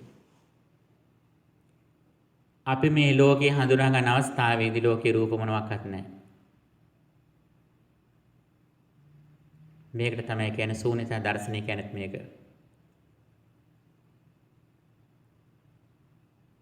ඒකෙන් රූපයක් නැහැ කියලා කියන්නේ නැහැ. රූපය තියෙනවා හැබැයි අපි රූපය හඳුනා ගන්න අවස්ථාවේදී ඒ රූපය ඉතුරු නැතුවම නිරුද්ධ වෙලා තියෙන්නේ. ශූන්‍ය වශයෙන් බලන්න කියන්නේ මේක. පින්නතුනේ මෙන්න මේ දර්ශනය අහනකොට ඉහළටම පින තිමිච්ච අය, සසර ඉහළටම ප්‍රඥාව දිනු කරගෙන ආපු අය, බාහ්‍ය දාරුචීරිය පුකුසාති වැනි අය උපරිම ලෙස ප්‍රඥාව දිනු කරගත්තා. ඊට වඩා අඩුවෙන් ප්‍රඥාව තිමිච්ච ඇතැම්මට අනාගාමී වුණා. හත්තිගාම උග්ග වැනි අය. සමහර අය සෝවාන් වුණා. සමහර අය ඉක්මනින්ම මේ දුක් ටිකෙන් නිදහස් වෙන්න ඕන කියලා මේ දහමකට ආවා. සමහර අය ගිහි ගෙදර ඉඳගෙනම මේ දර්ශනය අසමින් දුක් නිවෙන මාවතේ ගමන් කළා.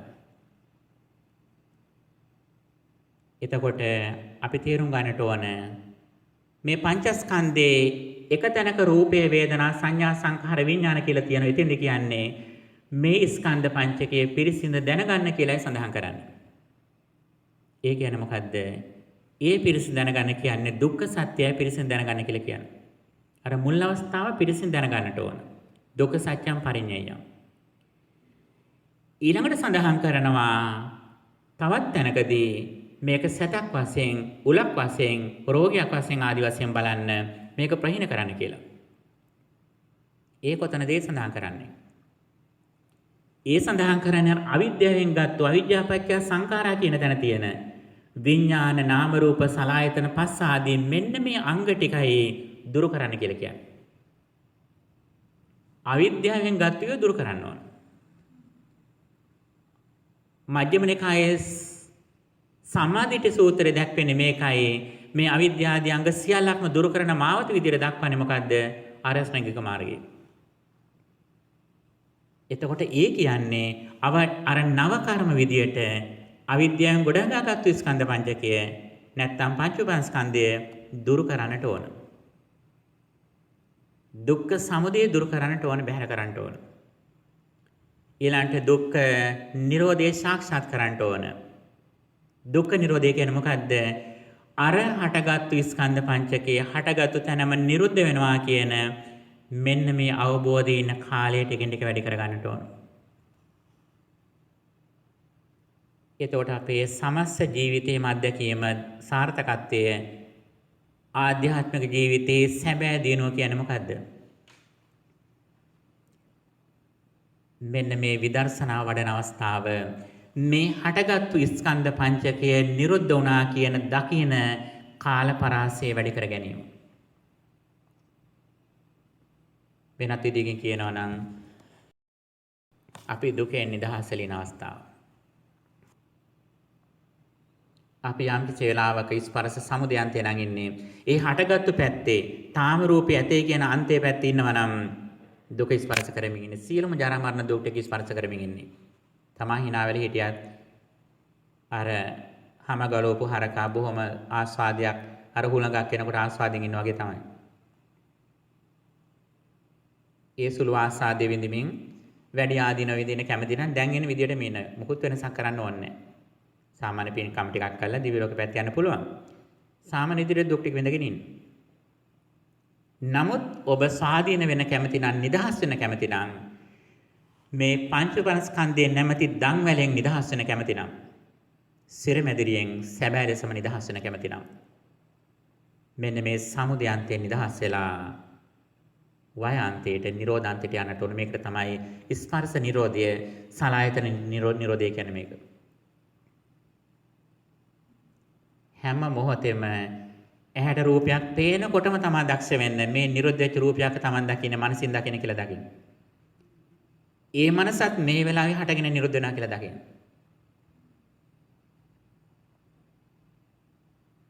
පින්නතුනේ මෙන්න හැම වෙලාවෙම hina වෙලා ඉන්න. එහෙම හිතන්න බැරි වෙන හැම වෙලාවෙම අඬන්න. ඔබ අඬන්න ඕනේ ඇත්තටම මෙන්න මේ 100 තියාගන්න බැරි වෙලාවෙදී පින්නතුනේ. ඔබට වෙන කෙනෙක් බනින ගහන වෙලාවදී නෙවෙයි අඬන්න ඕන. ලෙඩක් දුකක් හැදෙන වෙලාවදී නෙවෙයි අඬන්න ඕන ඇත්තටම. අපි ඇත්තටම අඬන්න ඕන මෙන්න මේ ස්පර්ශ නිරෝධයේ අන්තයට හිත තියාගන්න බැරි වෙච්ච අවස්ථාවේ අපි ඇත්තටම අඬන්න ඕන. අපි ස්පර්ශ නිරෝධය මේක නිරෝධ වෙච්ච දෙයක් කියලා දකින අවස්ථාවේ ඉන්නකොට හැම වෙලාවෙම Tamanට සතුට වෙලා ඉන්න පුළුවන්. Taman දුක නිදහසෙල ඉන්නේ. හැබැයි හිතන්න එපා තමා දැනට කරන වගකීම් ටිකෙන් නිදහස් වෙලා මේ ඉන්නේ කියලා. වැඩපල නොකර ඉන්න කතාව නෙමෙයි මේ කියන වරදවා තේරුම් ගන්න එපා. ඔබ එදාට දැනටත් වඩා වැඩ කරනවා. ඒ වැඩ කරන්නේත් මේ දර්ශනයත් එක්කමයි. එදාට ඔබ රූපය මත නොපිහිටා ඔබට කොච්චර වැඩ කරත් කිසිම වෙහසක් දැනෙන්නේ නැහැ. ඇත්තටම ශරීරයේ දුර වෙලා ඔබ වැටෙනකම් වුණත් වැඩ කරන්න පුළුවන්. ඊට පස්සේ ඕනනම් අය නැගිටලා එන්න පුළුවන්. ඔබට එදාට වැඩ පළ ගන්නකොට අනේ මං විතරයි මේ වැඩ කරන්නේ අනිත් කවුරුවත් මේව කරන්නේ නැහැ කිය එකෙන් නහයෙන් අඬ වැඩ කරන්න ඕනේ නැහැ එදාට. එදාට ඔබ වැඩ කරද්දිත් මේ රූපස්කන්ධයෙන් නිදහස් වෙලා ඔබ මානසික විමුක්තිය මේ සීලම වැඩ කරන්න.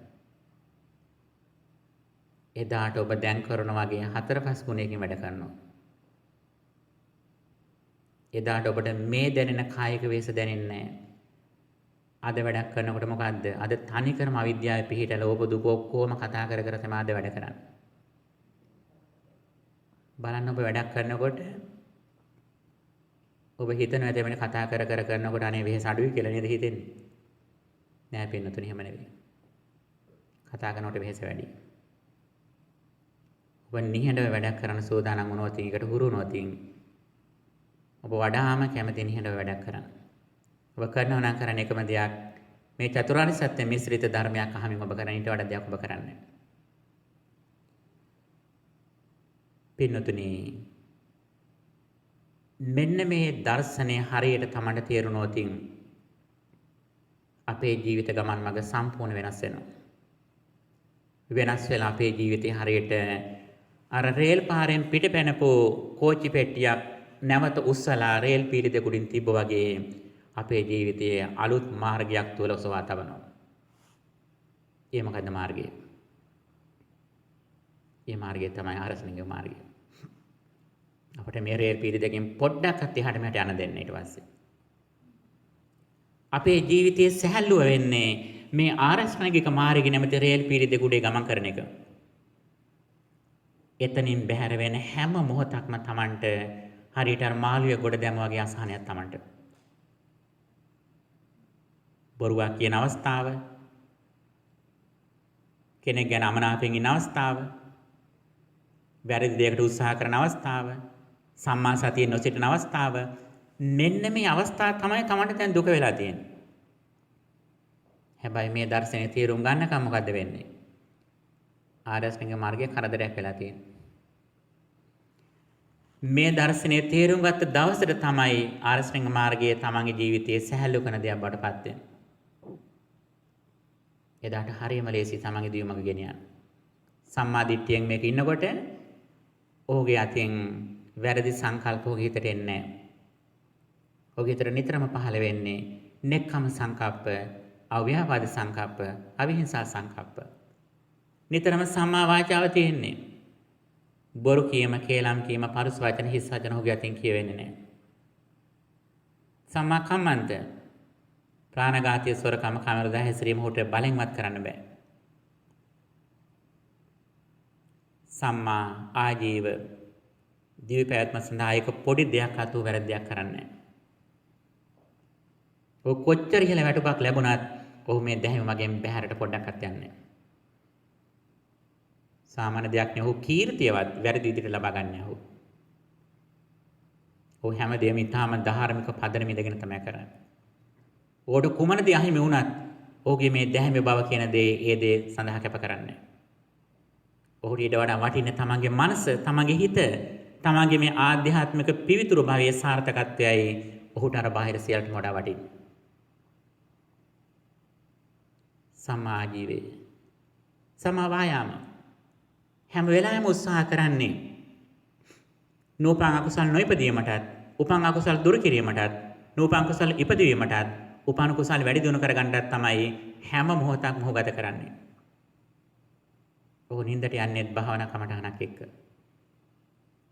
උඩ රාත්‍රියේ පොඩ්ඩක් හරි අවදි වුණත් භාවනා කමඨහනකින්ම තමයි ඔහු ඉන්නේ.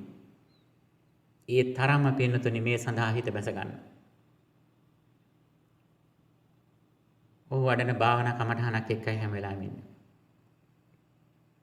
සම්මා සතිය. හැම වෙලාවෙම තමන්ගේ සිත කය ගැන නැත්තම් කාය වේදනා චිත්ත ධම්ම කියන මේ හතර තුල හැම වෙලාවෙම ඔහු සිහියෙන් ඉන්නේ. සිහියෙන් ඉදීමෙන් ඒ හතරෙහි සමුදය බලමින් ඉන්නේ. සම්මා සමාධිය. ඔහු හැමදාම ටිකෙන් ටික උත්සාහ කරනවා එක සමත කමඨහනක හිත දියුණු කරගන්න උත්සාහය වැඩි කරගන්නවා. මෛත්‍රී භාවනාව, බුදුගුණ භාවනාව, ආනාපාන සතිය මේ වගේ තමා කැමැති භාවනාවක් තෝරගෙන ටිකෙන් ටික කාලය වැඩි කරගන්නවා ඒකට. වෙනදාට දැමිට පත්‍ර බලන්න, රූපాయని බලන්න, යාළුවොත් එක්ක කතා කරන්න මේව සඳහා කාලය කැප කරපු සතුට උහුට දැන් වෙනත් පැත්තකට ගිහිල්ලා දැන් ඔහුගේ සතුට නිහඬව භාවනා කමඨහනකින් අවස්ථාව. ඔහු වාහනයක ගියත් ඇතැම්මිට මුලදී ඔහු හොඳ සින්දුවක් දාගෙන ගියා වෙන්න පුළුවන්. කලක් යනකොට ඇතැම්මිට ඒක බෞද්ධ සින්දු බවට පරිවර්තන වෙන්න පුළුවන්. තවත් කලක් යනකොට ඔහුට වඩාම රුචි කරන දේ වෙන්නේ නිහඬවම යන එක. නිහඬව නිකන් නෙවෙයි යන්නේ ඔහු භාවනා කමඨහනක් එක්කයි යන්නේ. එන්නම හිතේ සමාධිමත් බව වැඩි වෙනවා. සමාහිත්තෝ භික්ඛවේ භික්ඛෝ යථා භූතං පජානාති. අන්නේ සමාධිමත් වෙච්ච හිතින් ඔහු මේ අනිත්‍ය දුක්ඛ අනාත්ම බලන එකමයි කරන්නේ. හැම වෙලාවෙම කරන්නේ අර නිරුද්ධ වෙච්ච ස්කන්ධ පංචකයේ සමුදය බලමින් තමයි ඔහු ඉන්නේ. අතීතේ නිරුද්ධ වෙච්ච ස්කන්ධ පංචකයේ නුවණින් බලනකොට මොකද්ද වෙන්නේ? වර්තමානයේ ඉදිරිපිට නිර්මාණය වෙන අවිද්‍යාවෙන් ගන්න රූපේ නිදහස් වෙනවා. වර්තමානයේ ඉදිරියේ රූපය කැඩෙනවා බිඳෙනවා කියලා බලන එක නෙවෙයි බුදුදහමෙන් කරන්නේ. ඒකට කියන්නේ උත්පාද නිරෝධය කියලා. සම්මා සම්බුදුරජාණන් වහන්සේ කෙනෙක් පහළ වෙන්නේ මේ ඇහැට පේන රූපේ අනිත්‍ය කියන නෙවෙයි. මේ මොහොතේ අපට පේන රූපේ අපි දැන් රූපයක් තියෙයි කියලා හිතාගෙන ඉන්නවා නම් ඒක අවිද්‍යාවෙන් ගත රූපයක්.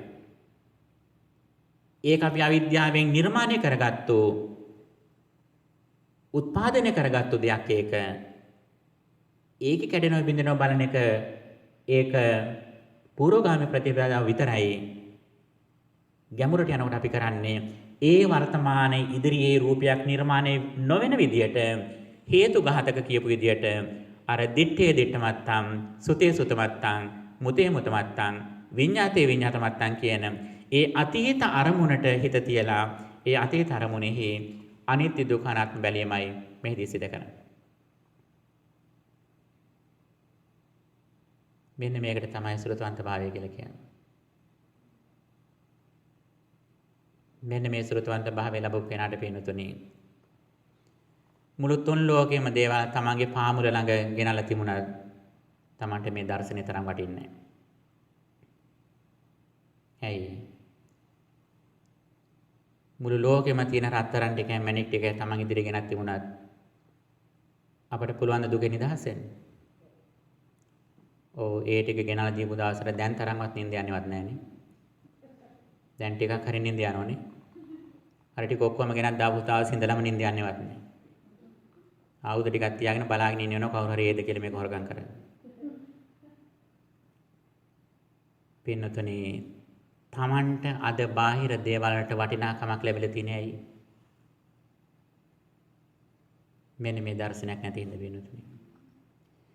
මේ දර්ශනේ නැති වෙච්ච ලෝකයකට පොඩි වර්ණාවක් කළ හින්දිනා ගන්න පුළුවන්.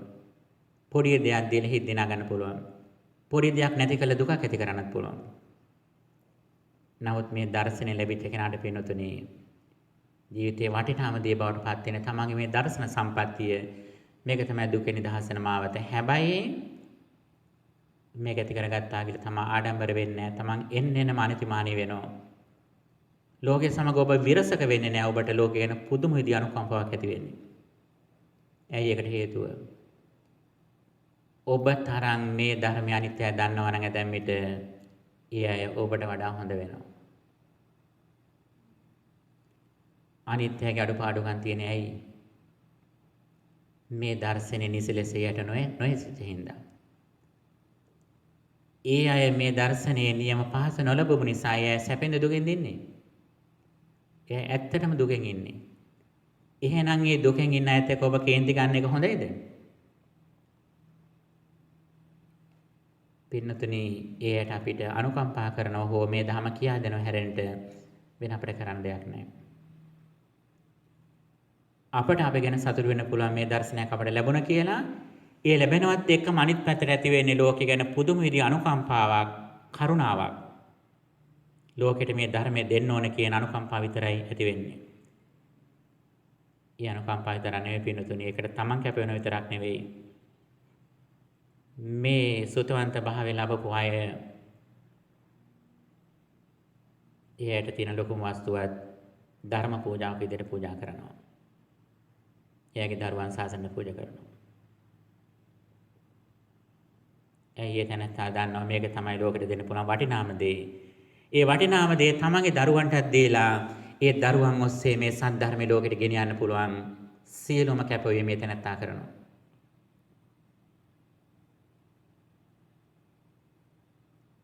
පිනතුන් ප්‍රශ්නේ මාන තියෙනවා අහන්න පුළුවන් දැන්.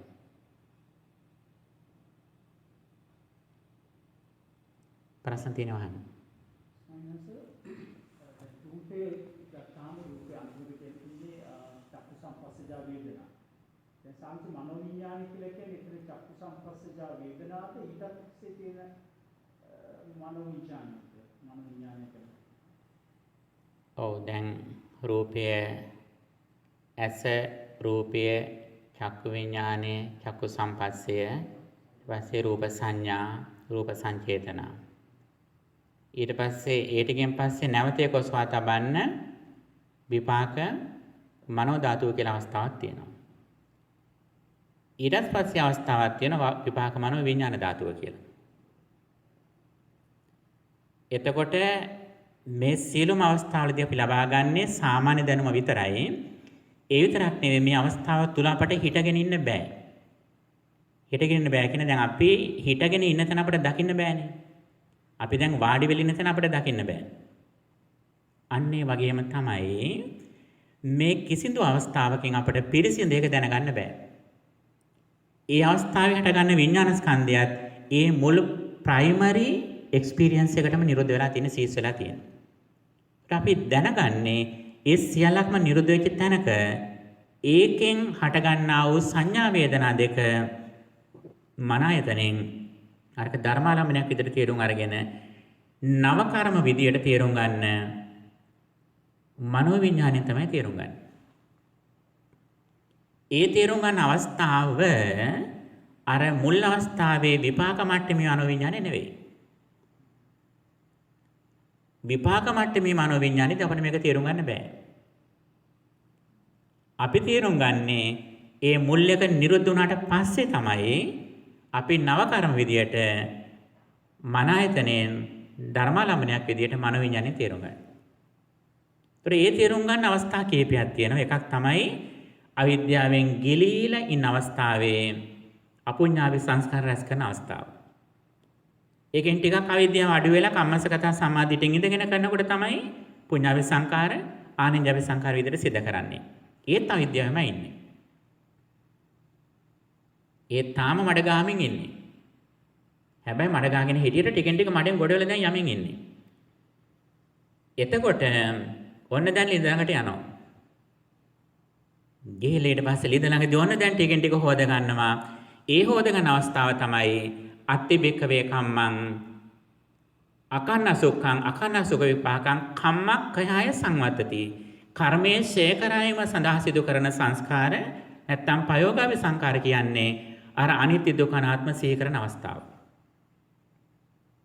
දැන් මඩ හොදන අවස්ථාව. මඩ හොදලා හොඳට පියදාගෙන ඊට පස්සේ යන අවස්ථාව තමයි අර කිංසුගම සූත්‍රය කියන්නේ කොහොමද? ඇසට රූපයක් දකින්නකොට මේ තැනැත්තා සමථ එක්ක ඉන්නේ. දිත්තේ දිත්ත මත්තං සුතේ සුත මත්තං මුතේ මුත මත්තං විඤ්ඤාති විඤ්ඤාත මත්තං. තනිකර මොහු විඤ්ඤාණයට බාර දෙන්නේ ඇසෙන් දැකනම් වර්ණ රූපේ විතරයි. කනෙන් දැකනම් ශබ්ද රූපේ විතරයි. එතනම බාර දීලා හුවෙනවා. ආයි නිමිති වශයෙන් ගන්නෑ. නිමිති වශයෙන් ගත්තොත් මේක හොඳයි නරකයි ලොකුයි මහතයි කියලා ගන්නවා නම් ගන්නෙම කෙලෙසයිතව. එහෙම කතාවක් නෑ. පිරිසුදු එක්ස්පීරියන්ස් එකම දීලා ආයනවා. ආයි ඒක ස්පර්ශ කරන්නේ. ඔව් සම්පූර්ණයෙන්ම අවිමුක්ත චේතෝ විමුක්තිය නොසැලෙන චේතෝ විමුක්තිය ඉන්න කෙනෙක් බවට පත් වෙනවා ආසවක්ඛය ඥානෙ ලැබපු උත්මයෙක් විදියට. මේක තමයි අවස්ථාව ටික. එතකොට භාගතුන් වහන්සේ සඳහන් කරන්නේ උන්වහන්සේගේ අවවාද මත මේ සාරිපුත්ත මහරහතන් වහන්සේ සඳහන් කරන්නේ ශ්‍රුතවන්ත භාවයේ ලැබපු කෙනාටත් මේ ස්කන්ධ පංචකය අනිත්‍ය ආදී වශයෙන් බලන්න තියෙන්නේ. සෝවාන් වෙච්ච කෙනාටත් නැවත නැවතත් බලන්න තියෙන්නේ. සකදාගාමී කෙනාටත් මේක බලන්න තියෙන්නේ. අනාගාමී වෙච්ච කෙනාටත් මේක බලන්න තියෙන්නේ. රහත් වුණාට පස්සේ ඒත් බලනවා අනේ දැන් මේ මං ස්කන්ධ පංචකයෙන් පංචමස්කන්ධයෙන් මං දැන් නිදහස් වෙලා නේද ඉන්නේ කියලා බලමින් දිට්ඨ ධම්ම සුඛ විහරණ වශයෙන් ඉන්නවා. රහතන් වහන්සේත් කරන්නේ තවදුරටත් මේක බල බල ඉන්න එක. හොඳයි පින්නතුනි.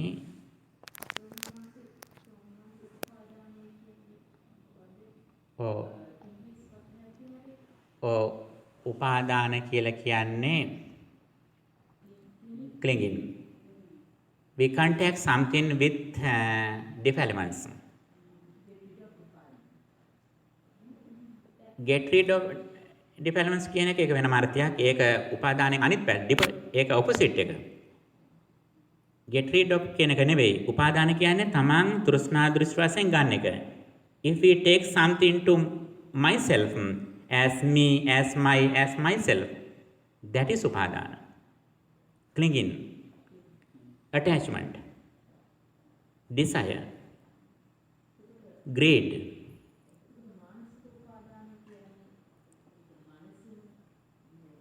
මනසින්ම තමයි ගන්නෙ.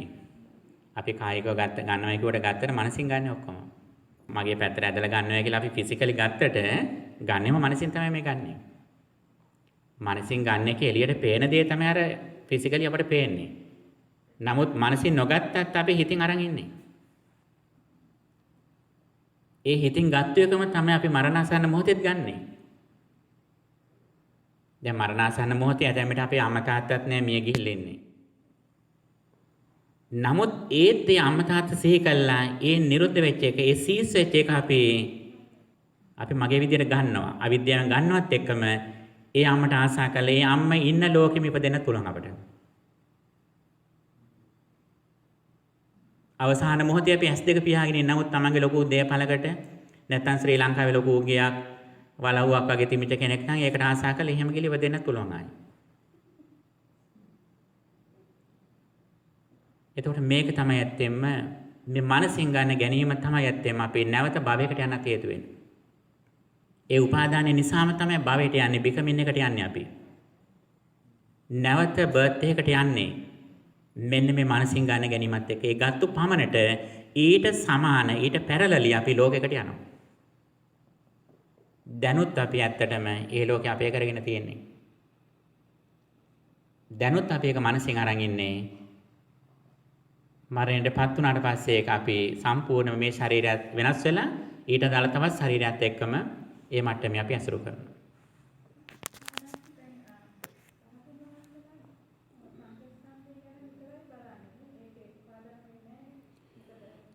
මේ සූත්‍රයේ තියෙන සුතවන්ත සූත්‍රයේ තියෙන රහතන් වහන්සේටත් මේ පංචමස්කන්ධය අනිත්‍ය දුක්ඛ අනාත්ම වශයෙන් බලන්න කියලා. උන්වහන්සේ බලන්නේ තමා නිරුද්ධ කරපු දේ බලන්නේ. තමන් මේ දුකෙන් පංචමස්කන්ධයෙන් නිදහස් වුණා නේද කියලා දැන් තමන්ට තියෙන දේ නෙවෙයි බලන්නේ. තමන් නිදහස් වෙච්ච දේ ගැන බලන්නේ. පංචස්කන්ධයත් බලන්න පුළුවන්. රහතන් වහන්සේට පංචමස්කන්ධය බලන්නත් පුළුවන්. ඒක තමන්ගේ ළඟ තියෙන්න ඕනේ නැහැ. තමන්ගේ ළඟ දැනට තියෙන්න මොන එක සිහිපත් කරන්න. තමා අතීතයේ මේ දේවල් පරිහරණය කළා. දැන් ඒකට තමා නිදහස් වුණා කියලා තමන්ට ඒක මෙනෙහි කරන්න පුළුවන්. හැබැයි ඒක සිහින් මෙනෙහි කරන්නේ. තමා දැනට තමන් ගොඩක් දාගෙන නෙවෙයි මේ කරන්නේ. ඒක ප්‍රඥාවෙන් ඉඳගෙන සිහියෙන් නුවර උපරිම පාත්වා ගැනීමෙන් ඒ නිරෝධ වෙච්ච දෙගෙන සිහිපත් කරනවා. ඒ නිසානේ රහතන් වහන්සේලා කියන්නේ දැන් කෙනෙක් දැක්කහම දැන් යමකට කෙනෙක් ආසා කරනවා නම් හිතන අනේ මට මේ වගේ ලෝභකම් නෑ දෙන්නේ නේද කියලා තමන් ගැන සතුටු වෙනවා. දැන් ඔබට උනත් පුළුවන් යම් කිසි කෙනෙක් කැම බීමකට හරි යම් කිසි දෙයක් ආසා කරනවා ඔබ පැත්තට වෙලා hina වෙවි ඉන්නෝනේ. අනේ මට මේ වගේ ආසාවක් නෑනේ. මං ඒ ආසාව දැන් දුරු කළා නේද තියෙන්නේ කියලා. එහෙම සිහි කරේ කියලා ඔබේ ළඟ ලෝභකම තියාගෙන නෙවෙයි සිහි කරන්නේ. ඔබ සිහි කරන්නේ ඔබ ගැන ඔබට දැන් මේක නෑ. ඔබ ගැන සතුටු වෙනවා. ඒක නෑ කියලා. ඒකම තමයි කියන්නේ සුසුකං මත ජීවාම වේරිනේසු අවේරිනෝ වේරිනේසු මනුස්සයේසු විහාරාම අවේරිනෝ කියන්නේ මේකයි. යා මානසික රෝගීන් ඉන්න තැන්වල යා හිතනවා මට මේ මානසික රෝග නැහැ කියලා සතුටින් ඉන්නවා. සුසුකං මත ජීවාම යේසන්නෝ නත්ති කිංචනං පීතිබක්ඛා භවිස්සාම දේවාබස්සරයත. මෙතනතට කිසිමක් ගැන ආසාවක් නැතුව හිතනවා අනේ මට දැන් කිසිම දෙයක් ගැන ආසා නැහැ නේද කියලා තමන් ගැන හිතමින් සතුටින් ඉනවා. පින්නතුනි මෙන්න සතුට වෙන තියෙන අවස්ථාව. අනිත්‍ය ලෝභ කරනකොට, රණ්ඩු වෙනකොට, ඊර්ෂ්‍යා කරනකොට, මාන්නෙන් ඉන්නකොට ඔබ ගැනම හිතන්න. මට දැන් මේව නෑනේ. මං ඒ කල්න මගේ තිබ්බ තමයි අඩුපාඩු. නමුත් දැන් ඒව නෑනේ. තව සතුටින් ඉන්න. මෙන්න මේව තමයි පින්නතුනි සතුට වෙන ක්‍රම. අපේ රූපය නිසාවත් මං අනිත්‍යයට වඩා ලස්සනයි කියලාවත් අනිත්‍යයට වඩා මට උපාධි තියෙනවා. පින්නතුනි මේව නෙමෙයි සතුට වෙන ක්‍රමය. බුදුහාඳුර සරණ ගියපු ශ්‍රාවකයන් ඉදිරියට අපි සතුට වෙන්නේ කොහොමද? අනිත්‍යය දුක් වෙන තැන්වලදී තමා දුක් නොවන කෙනෙක් කියලා, ආඩම්බර නොවන කෙනෙක් කියලා, මාන්නකාරකම් ඇති කරගෙන නොගන්න කෙනෙක් කියලා මේවැ තමයි සතුට වෙන විදිය. ඒ සතුට තමා තනියම භුක්ති විඳින්නේ. වෙනත් සන්තෝෂයන් භුක්ති විඳින්නට තවත් පිරිස ඕන තමන්ට. නමුත් මේක තමයි හුදකලායම සතුට විඳින විදිය. මේකට තමයි බද්දේ කරත්ත කියලා කියන්නේ. මේකට තමයි උත්තරීතර හුදකලාව කියලා කියන්නේ. අනිත්‍යයි ලෝකේ පිරිස බඩු බාණ්ඩ ගොඩනගාගෙන සතුට වෙද්දී අපි නිහඬව අපි තනියම හුදකලායම අපේ තියෙන විරාගී බව ප්‍රඥාව ගැන හිතලා අපි සතුට වෙන අවස්ථාව. හොඳයි පින්නතුනි අපට ලැබිලා තියෙන කාලය අවසන්. අද අප සාකච්ඡා කළේ සුතවන්ත සූත්‍රය සංයුත නිකායේ කන්ද සංයුතේන සුතවන්ත කියන අසා දැනගත්තු කෙනාගේ ලක්ෂණ තියෙන සූත්‍රය. මෙන්න මේ මුල් ස්කන්ධ පංචකයේ හට ගැනීමත් ඒක හටගෙන එතනම නිරුද්ධ වීමත් අපි අවිද්‍යාවෙන් නව කර්ම හටගෙන දුකට යනවද? ඒකේ යථාර්ථයේ තේරුම් අරගෙන නිරෝධාන්ත ඉඳගෙන ඒකේ වැය බලලා දුකෙන් නිදහස් වෙනවද? ඒ දුකෙන් නිදහස්සේ මේ උපරිම මට්ටම වන දිත්තේ දිට්ඨ මතන් තත්ත්වයටපත් වීම දක්වා මේ ගමන් මගයි අපි තේරුම් ගත යුත්තේ. මේක තමයි අපේ ජීවිතයෙන් අපි අසන උතුම් දේ බවට පත් වෙන්නේ. මේ දේ අසා දැනගත්තු පමණට පින්නතුනේ අපේ ජීවිතේ අපට ලැබෙන වටිනාම මාර්ගය තමයි උජුකෝ නාම සෝමග්ගෝ අභයා නාම සාදිසා කියපු විදියට ඍජු වූ නිවහල් වූ නිර්භය වූ මාවතක් අප ඉදිරියට නිර්මාණය වෙනවා. ඒ තමයි ආරසංගික මාර්ගය. අපි මොන වැඩේ කළත් කරන්නේ සම්මා දිට්ඨි, සම්මා සංකප්ප, සම්මා වාචා, සම්මා කම්මන්ත, සම්මා ආජීව, සම්මා වායාම, සම්මා සති, සම්මා සමාධිත් එක්ක. මේ තමයි අපේ සැබෑ යාළුවෝ. අපි කොහෙ ගියත් අපි තනි නෑ පින්නතුනි. අපි මාර්යා ළඟදිවත් අපි තනි නෑ. අපේ සැබෑ ස්පිරිචුවල් ෆ්‍රෙන්ඩ්ස්ලාත් එක්ක අපි මේ ඉන්නේ. අපිට තනියෙන් ඉන්න තරමට මේ යාළුවෝ ටික අපේ ළඟ ඉන්නේ. පින්නතුනි මේ සතුට භුක්ති විඳින්න. ජීවිතයේ අසිරිය දකින්න. හිතේ ලස්සන දැක ගන්න. බුදුරජාණන් වහන්සේගේ මේ අසිරිමත් දහම තුළින් අපේ මේ ජීවිත අපි තවත් ලස්සන කරගමු. අපේ හිත ලස්සන කරගනිමු. සිහිසානුවන දිනු කරගමු. අපිට මේ ජීවිත දානෙ දීපු අපේ අම්මට තාත්තට පින් වැඩෙන විදියට අතීත ආත්ම බහල අමල තාත්තලට පුණ්‍යානුමෝදනා වෙන විදියට අපි අපේ ජීවිත ලස්සන කරගමු. ඒ ලබන ධර්මාස්වාදය ලෝකෙට දෙන්නට කරන්න පුළුවන් උපරිම කැපවීම කරන්න. ඒ ධර්මයේ ලෝකෙට දෙන අයට තමන්ට දක්වන්න පුළුවන් ඉහළම දායකත්වය දක්වන්න. මේක තමයි අපේ ජීවිතවලින් ගන්න ඉහළම ප්‍රයෝජන බවටපත් වෙන්නේ. ඉතින් එහෙම කරන්න ඔබට ශක්තිය, ධෛර්යය, වාසනාව, නිරෝගී භාවය, දිගාසිරි සම්පත් සැලසේවා කියලා ප්‍රාර්ථනා කරමු. මේ සියලු පින් අප නමින් මීගේ ඥාති උදනුමෝදන්ව සුවපත් වෙත්වා.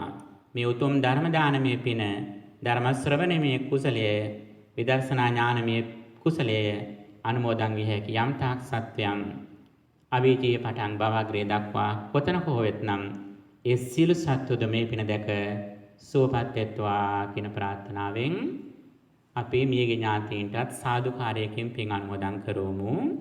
සාදු සාදු සාදු.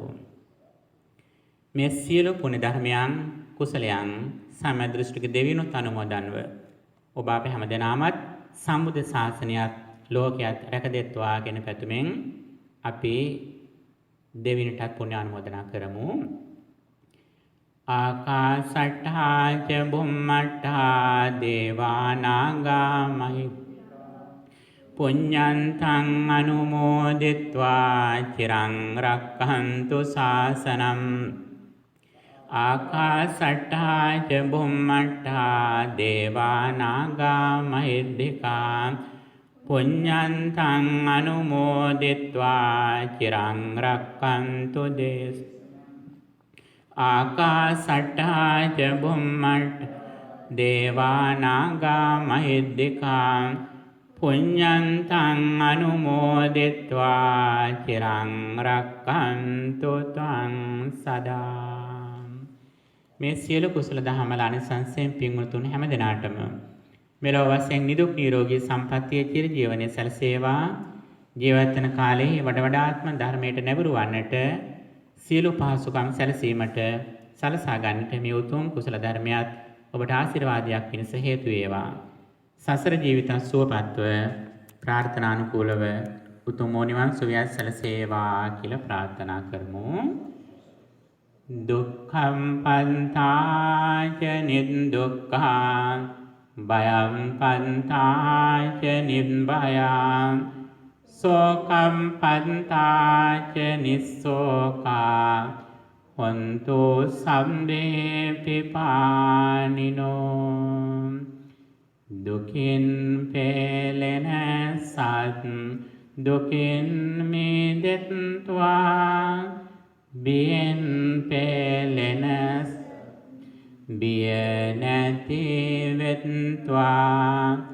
සොවින්ත වෙන සත් සොම්නස් වෙත්වා නිතින් මේ හැම සත් සුවපත් වෙත්වා. හැම දිනාටම තෙරුවන් සරණයි.